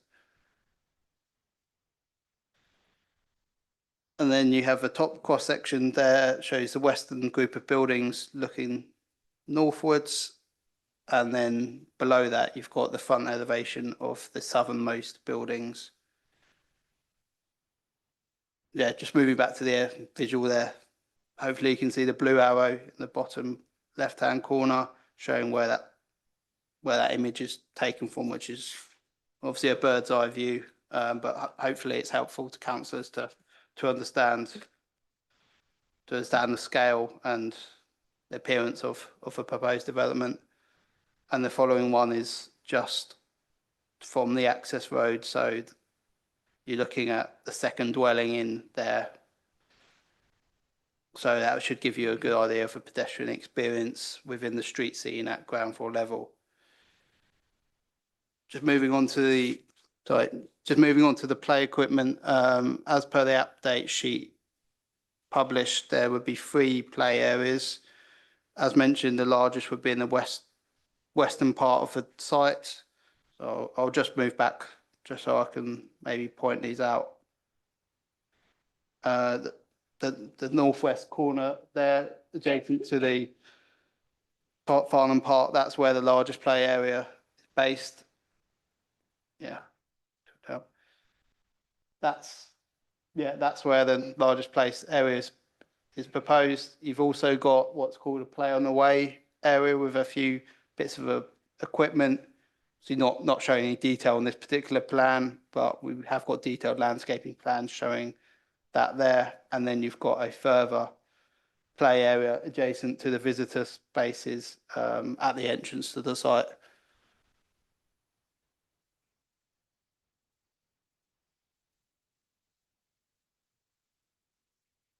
So all that play area equipment is considered to be inclusive. The recommendation for this application is for approval subject to conditions 1 to 10 in the report, although I'd highlight in the update sheet condition 5 is removed and a condition needs to be added on the exact materials to be agreed. I would also raise at this point some late representations have been received in respect to 26 drawings for this application being uploaded to the planning website on the 5th of November. These were to address garden depths, the size of the equipment, the play space is not the equipment itself, and to address some minor discrepancies noticed by officers between the approved plans. These seem like a lot of drawings, but as you can see, it is a large site and a lot of the drawings were divided up into several, particularly to do with landscaping, were divided up into several portions. So unfortunately, the minor nature of the changes resulted in tweaks to a lot of the drawings. It is not considered by officers that these prejudice the interests of any third parties. Thank you. Thank you. 2 speakers. We have 2 speakers. I think we have Councillor Hyman online. So you have 4 minutes. Thank you, Chairman. Can you hear me okay? We can. Okay, yeah, so I'll start. Thank you. Farnham's environment threatened with inappropriate development, as is the rest of the borough, heavily threatened, and this is one such development. The leader and the portfolio holder. Hi, Gary. Hello? You're not very clear, so I don't know if you... Your microphone is somewhat muffled. Is it okay? Okay, I apologise. I'll start again. Farnham's environment threatened with inappropriate development, as is the rest of the borough, and the leader and portfolio holder wrote to the Deputy Prime Minister recently, stating, and I quote, "The level of growth required to meet the standard method assessment and need is simply unachievable in a borough that's heavily constrained by national and international designations, including Surrey Hills National Landscape and 3 special protection areas." And we have to abide by, we can't say that if we aren't applying the constraints ourselves. And in particular, the committee's decision here this evening is dictated by 2 legal rulings and the judgments in People Over Wind 2018 and CG Fry 2023, which applies the habitats constraints. The National Planning Practice Guidance on Appropriate Assessment explains how we must interpret and apply People Over Wind and the Habitats Law, and it concludes at reference 65006 that competent authorities must now assess the robustness of mitigation measures through an appropriate assessment. In essence, Natural England's approach for 10 years of evading assessment by simply assuming its effectiveness and charging developers is not a lawful solution, and LPAs must change their ways accordingly. And we did have a moratorium, but Natural England went back to their old ways afterwards, and unfortunately they still are unable to provide the required evidence that we need to complete an appropriate assessment. If it existed, it would be in front of you now, members. At some point we have to start obeying this, or we're going to get housing dumped onto us by other places. The other judgment, which applies with CG Fry, you may know that as Somerset, which had widespread ramifications with regard to nutrient neutrality, the sewage getting into rivers. And that decision there confirmed that this applies to all stages in a multi-stage planning process through what's called a catch-all principle. So where consent's been wrongly granted as outlined, for instance, without an evidence of the effectiveness of mitigation, then that's got to be corrected by refusal at later stages, including this stage here, which is the reserved matter stage. Ask officers if the evidence exists. If it was available, then it would be, but it'd be in front of you. But it doesn't. But you should ask: do we have an assessment of the effectiveness of the SPA mitigation? The law requires that consent is refused, therefore, due to the lack of evidence that SANG and SAM are effective, and there are no imperative reasons of overriding public interest to consider or that have been put forward. So in the absence, members, of proper appropriate assessment of mitigation, we cannot lawfully grant consent. Your duty is to therefore either refuse or to defer, which I would propose, defer for an appropriate assessment of the extent to which the mitigation of increased visitor impacts on the Thames Basin, East and Weldon Heaths can be demonstrated to be effective. So defer for an appropriate assessment of the mitigation, the extent to which it can be demonstrated to be effective. And thank you very much. Thank you. Councillor Hess.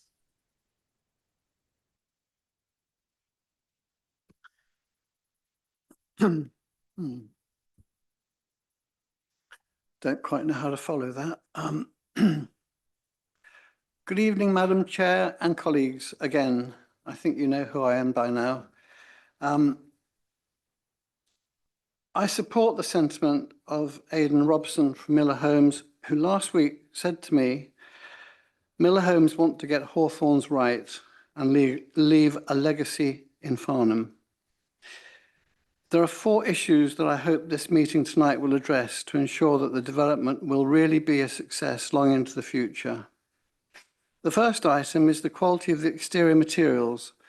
The standard of what we were shown at the public consultation at the Six Bells pub earlier in the year was not particularly inspiring. I note the question of materials has been mentioned by the case officer tonight, and I'm sure that you will all appreciate how exterior materials make a huge difference between the appearance of houses constructed with mass-produced, man-made facing materials which deteriorate relatively quickly, and do not reflect local vernacular as suggested, compared to natural materials like real slate, clay bricks, clay tile hanging, and roof tiles that mellow and improve with age. Miller Homes are agreeable to reviewing the materials, so I ask the committee to consider placing a condition that the materials that are to be discharged are carefully reviewed by officers and an outside consultee, such as the Farnham Society, to ensure good quality materials are selected. Moving on to the location of the new artificial badger sets. This has been a particular concern to local residents and councillors, and Miller Homes have advised me that they have a licence from Natural England to close some of the sets and create raised artificial sets well away from the playgrounds and raised up to prevent the sets flooding. I understand Miller have a licensed environmentalist employed who is responsible for checking the new sets.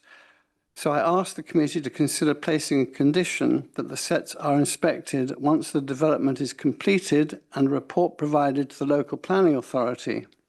Should there be problems identified, the developer then to be financially responsible for resolving them.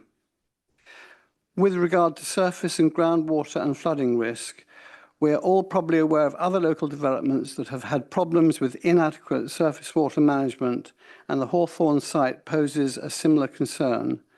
I would ask that the committee consider placing a condition that the surface and groundwater infrastructure is installed to cope with current and future extreme weather conditions, and that this would be independently managed and inspected, with reports to be provided to the local planning authority that these arrangements are adequate. If found to be inadequate, the developer to be financially responsible for upgrading the infrastructure. Walking and cycling connection to the Hale Trail and other routes through Farnham Park. A 3-metre wide pedestrian and cycling path is proposed to be laid at one of the southwestern corners of the development, and it was shown on the plan earlier, to provide good access into Farnham Park, but will require work by Waverley Borough Council, who manage the park, to provide the connection. So I would ask that this also be considered as a condition by the committee. I hope these conditions will be agreed to ensure that these concerns are addressed to make the development a pleasant and attractive place for future residents. Thank you, Madam Chair and colleagues. Thank you. Councillor Clark. Thank you. I can't disagree with anything that Councillor Hess just said. What I did have is a question for Russell. I understand that the flooding people at Surrey County Council are not quite on board yet. Can you just give us a status update? Thank you for the question, Vice Chair. So with regards to Surrey County Council's flood team, otherwise known as a lead local flood authority, they have confirmed that the drainage layout for this reserve matters application is acceptable. They still have a few issues with the detailed drainage design of condition 18 on the outline permission. So that's why that is not discharged through this application. But just to say that they are completely on board with condition with the outline, with the reserve matters application in front of you now. Thank you. Councillor. Thank you, Chairman. Yes, I agree with a lot of what Councillor Hess has said. Those of us who live in Farnham, and I've mentioned it before, are very aware of flooding in the area because a lot of Farnham is a floodplain, it floods.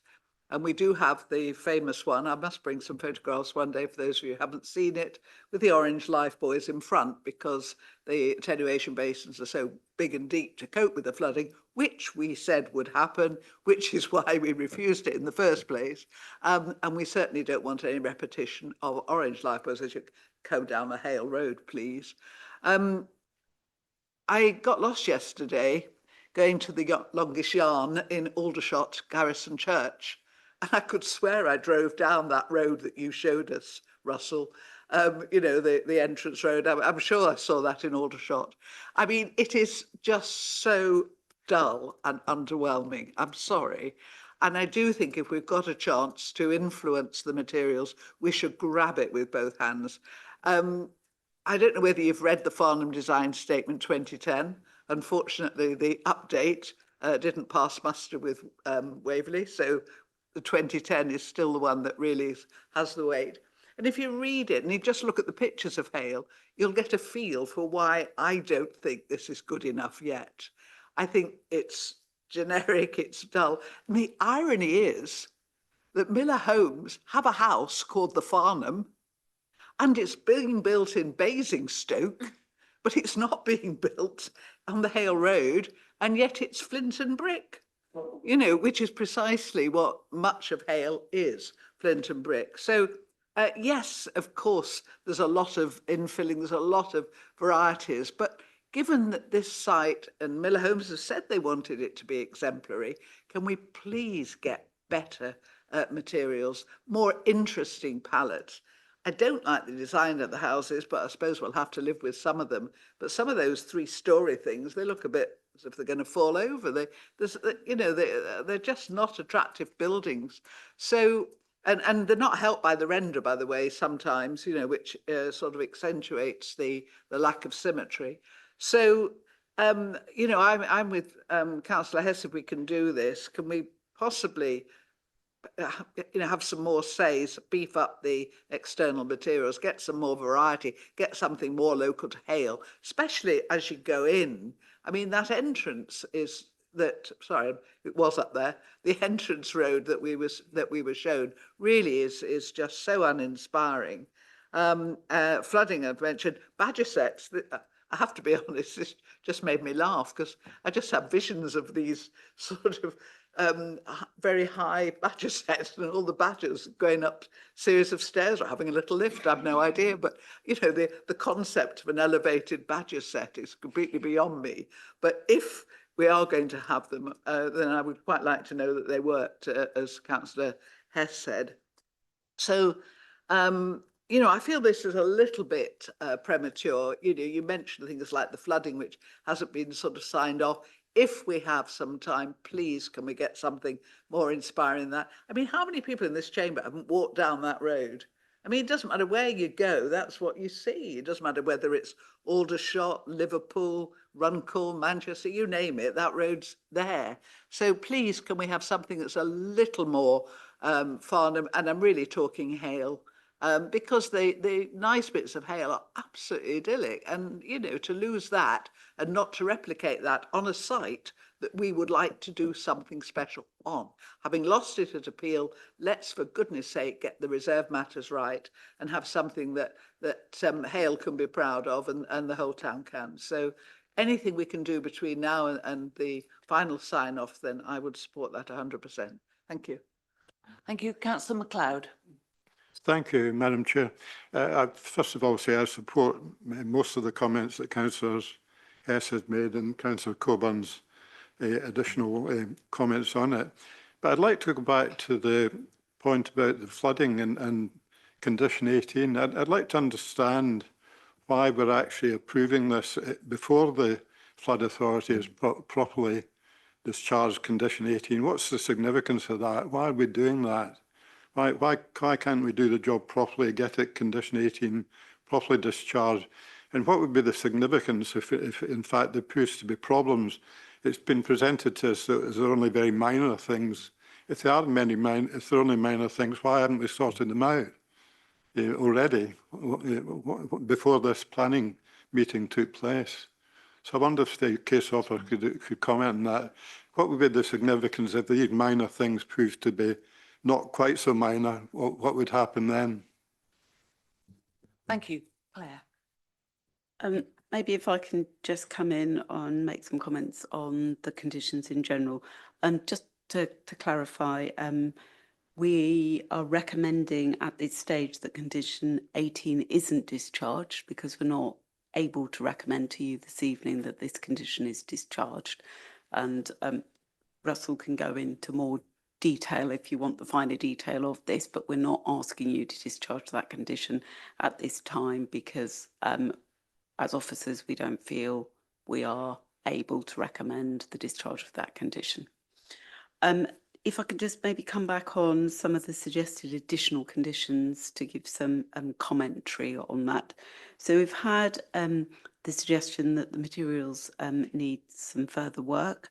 And I think, Russell, you have updated that we need to attach a condition to this approval of reserve matters that requires the approval of materials, because the materials we've got to date are not quite there. So we are recommending to you that there is that additional condition, but the condition will be worded that it's approved by the local planning authority and not another body as well. Members, obviously, it's for you to agree that condition, but it would be very difficult to justify having third parties discharging planning conditions as they don't have any statutory power. Would be my advice to you. Just on the badger sets, and we've heard a description of what has happened to the badgers and their new set and how that's been designed, but that is a matter that's been licensed by the Natural England. That's their duty as a statutory body to license activities such as the badger sets, and it's not something that we would then be recommending that you include in a planning condition because it's dealt with under completely separate legislation, and they are the competent body to deal with that matter rather than the planning authority in terms of that technical piece around rehoming or re-establishing badger sets. Just to give members some advice on flooding, all the flood work that has been submitted, the technical work to date, will take into account predicted changes in water levels resulting from climate change based on best known evidence at the moment. And as members will be very aware, there is frequent updates in terms of impact of climate change over the longer period. So that has been factored into the technical work to date. It would not be reasonable for the council to impose a condition to say, but if this doesn't work in 50 years' time, we'll track the developers down and get them to do something different. Just to advise the committee on that point. And then I have made a note of the comment Councillor Hesk made about the cycling and walking infrastructure. But Chair, would it be possible if Councillor Hess could just go over that point, because I'm not sure I totally understood it and therefore I can't advise the committee this evening on that matter. Councillor Hess, would you like to do that now? Thank you, Madam Chair. Well, when I looked at the site plan, it clearly shows, you could say, a strip or a path on one of the southwest corners, might come up on the screen in a minute, which leads to the eastern boundary. If you look carefully, there it is, where the cursor is. It leads to the eastern boundary of Farnham Park.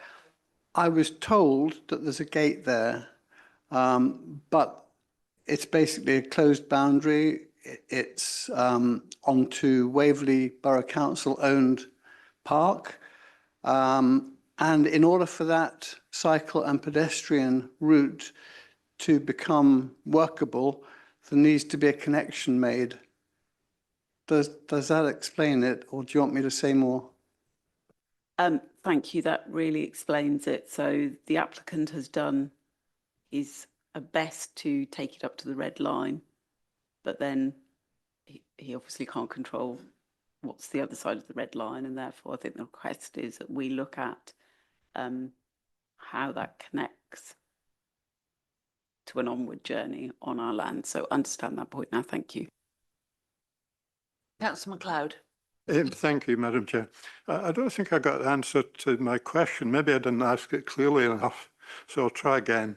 My question basically was, I do understand why the condition 18 isn't being discharged. The flood authority hasn't yet agreed to the developer's plans for drainage. But my general understanding of drainage in this problem in this area is quite complicated, and it's quite a difficult situation. From understand that from various submissions that have been made to the council. So my question, actually, again to repeat it, is that if the problems that have been referred to as minor by the case officer prove not to be minor and they prove to be difficult, and the drainage system has to in some way be rethought, what would be the significance? Why are we actually being asked to approve this before we can be sure that the drainage system is satisfactory? That's my question. Maybe I'm wrong. Maybe you can give me a total assurance that the very minor problems and that's all that's been dealt with. But that may not be the case. So I just want, if you could answer the question, if it proves to be more difficult than they appear to be, where would that leave us, having already approved this application? Russell, would you like to help out here? Sorry if we didn't answer your question there. So it's customary at this stage for detailed design work still to be undertaken in regards to many matters, in this case, drainage. So, I mean, I've received assurances from the applicant that what the layout wouldn't change as a result of that detailed design work. What the condition does require is that once we do have agreement on the submitted information, that the development proceeds in accordance with that information. If it's later found out that changes are required or it doesn't quite work, then they would have to submit the information back to us to demonstrate that to change it effectively. So it kind of ties them to the information submitted, and if there was any problems resulting from that, then we would still have kind of say to look at those details again as a local planning authority, and also as a lead local flood authority. I think it would be useful to give some context though to the development site. So in terms of drainage and flooding, so the northeast corner of the site, that's where the flood zones 3 and 2 are. That's where the greatest risk is, and also where the badger sets are, which is why it's important to design that so carefully. That's why they're going to be elevated. So all the houses are away from the greatest risk of flooding, which is, as stated, in that corner and also Nather Stream. That's why you've got the buffer there as well. So even if this was to be approved tonight, conditions still 18 still kind of it still applies. So they would still need to discharge that. As stated, the local flood authority do consider this development and the layout of it to be acceptable in drainage terms. So since the outline, we've got a larger area of such attenuation basin there, which would be an improvement on the outline scheme. So condition 18 would still be required to be discharged. So the fact that if this is approved tonight wouldn't change the status of that condition. Hopefully that answers your question, Councillor. I think you're saying it's the developer's problem, in fact, if it proves to be more difficult than expected. That's what you're saying. Yeah, okay, thank you. Yep, I've got you, Councillor Rubini next. Thank you, Madam Chairman. Question on affordable housing. It's under 12, affordable housing. It still looks to me, I mean, all of them are on the south side of the site. They are still grouped together with just a simple gap twice. Can you say why they're not spread around the site? Why we are, well, the old-fashioned term would be ghettoising in that area? Thank you for your question there, councillor. So since the outline scheme where they were grouped in the southern portion of the site, they are a bit more spread out. So you can see there is distance between all of affordable housing. I appreciate it still looks like they are closer together, but in order for a registered provider to take this on, they need to be in relatively close proximity, because if they're, for want of a better term, pepper potted throughout the site, that doesn't allow for easy maintenance and management of those affordable dwelling units. So I think in a time where registered providers are struggling to take on affordable units, the fact that one is secured for this site on the arrangement in front of you today, I think is particularly notable. And there has been an improvement since the outline permission. So I would this has gone through the housing team as well, and they are happy with the arrangement and the tenure mix as well. So what you're saying then is, if a developer takes on a development, then they can't afford to do the affordable gaps and spread it over the site. So it's a cost problem from the developer, is it?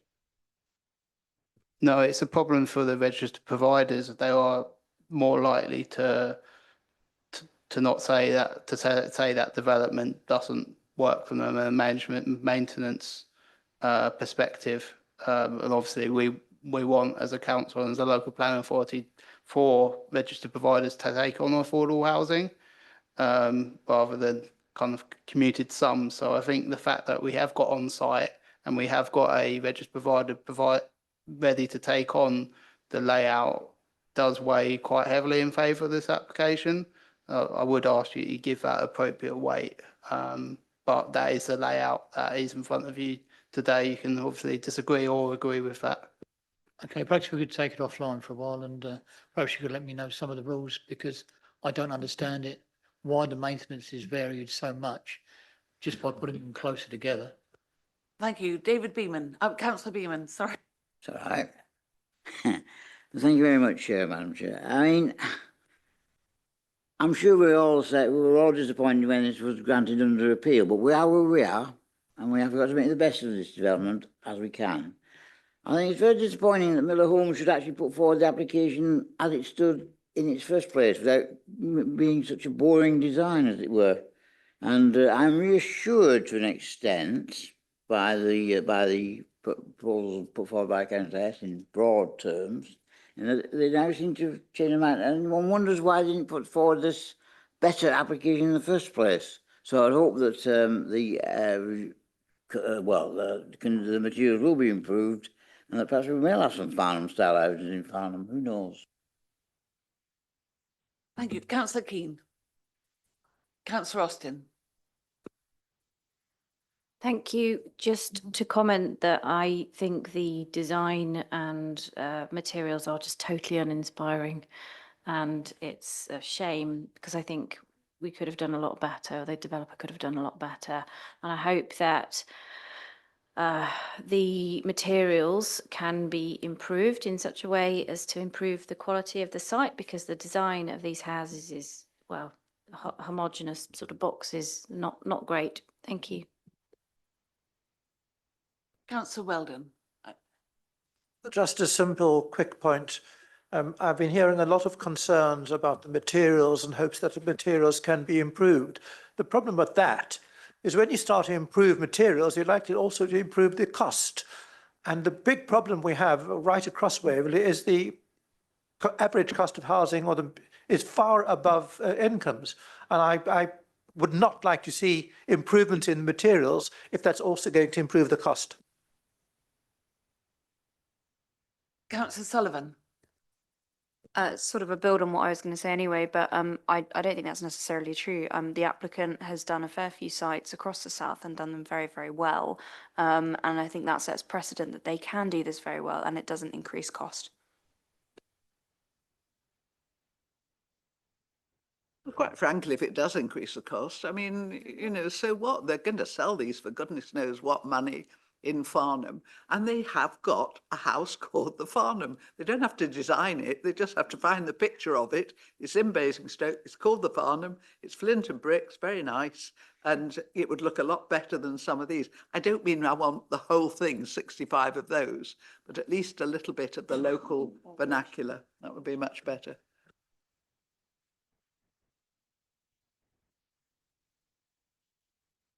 No other speakers? Councillor Hess, would you like to sum up?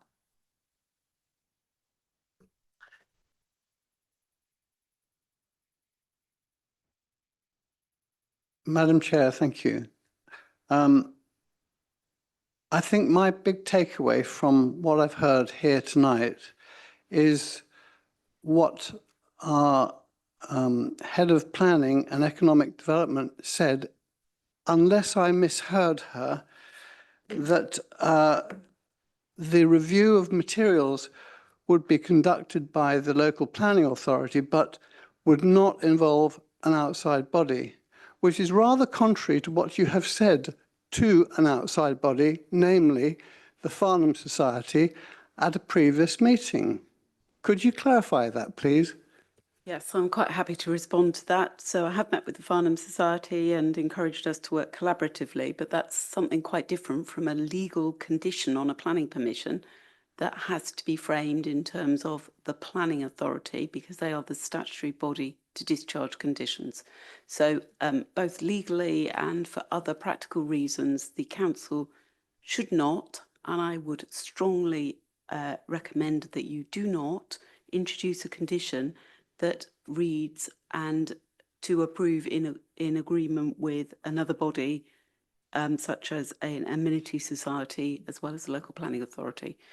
So members, we've had a long discussion about materials this evening. So I think as officers, we are very, very cited on your feelings of materials. And I found the Farnham from Miller Homes online, so I know exactly what it looks like. So I think we're very clear of your feeling about the material and what you're seeking to achieve on this site. And therefore, I'd like to request that you have confidence in us to take those professional judgments around the suitability of materials for this site.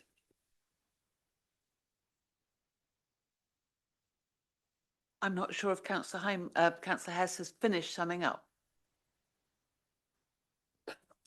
Well, I thank the head of planning and economic development for clarifying that. And to be fair, if there are legal and practical reasons why that's the case, then obviously I have to accept that. But I do hope that the officers within Waverley really take some great care over this, because it is the finishing touches, the external finishes to a building make the difference between something that, as has been mentioned, looks bland, or something that can look characterful, and also to improve with time. There's no doubt that natural materials on the exterior of a building mature, mellow, and improve as the years go by. If you look at developments which have got concrete roofs on them, for example, as proposed with this development, roll the clock forward 30 years, they're covered in moss and lichen, and they look tatty. And a lot of them get replaced, which is not environmentally sustainable. So if you start off with good materials, they will last the course and be much more sustainable.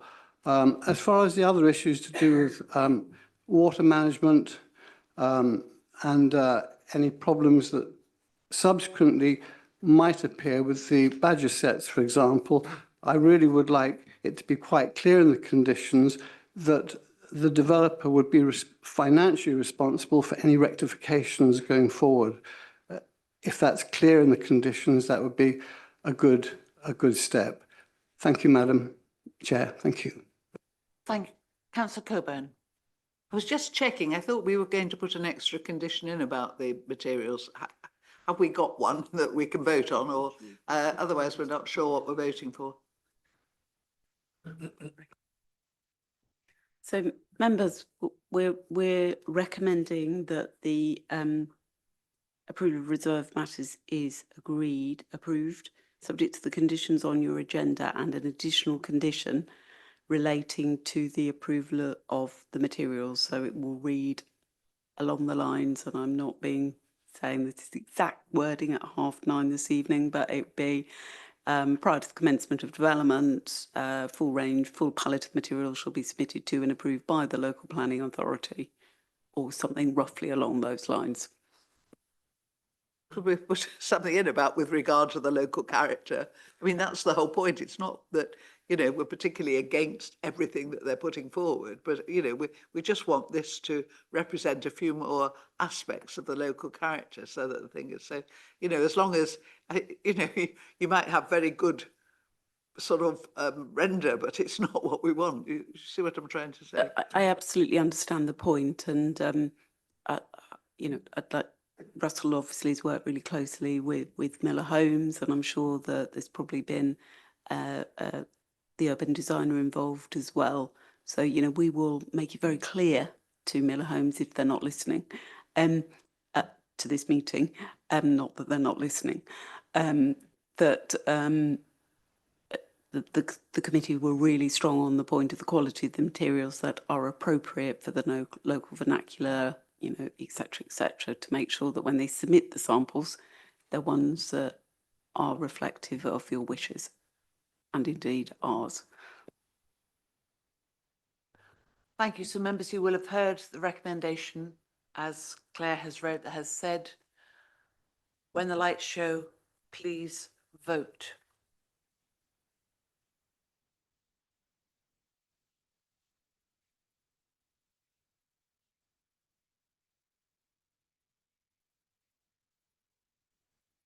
Thank you, Madam Chair. That is 12 in favour, 2 abstentions and none against. So it's carried. Thank you. So at 9:30, we end the meeting.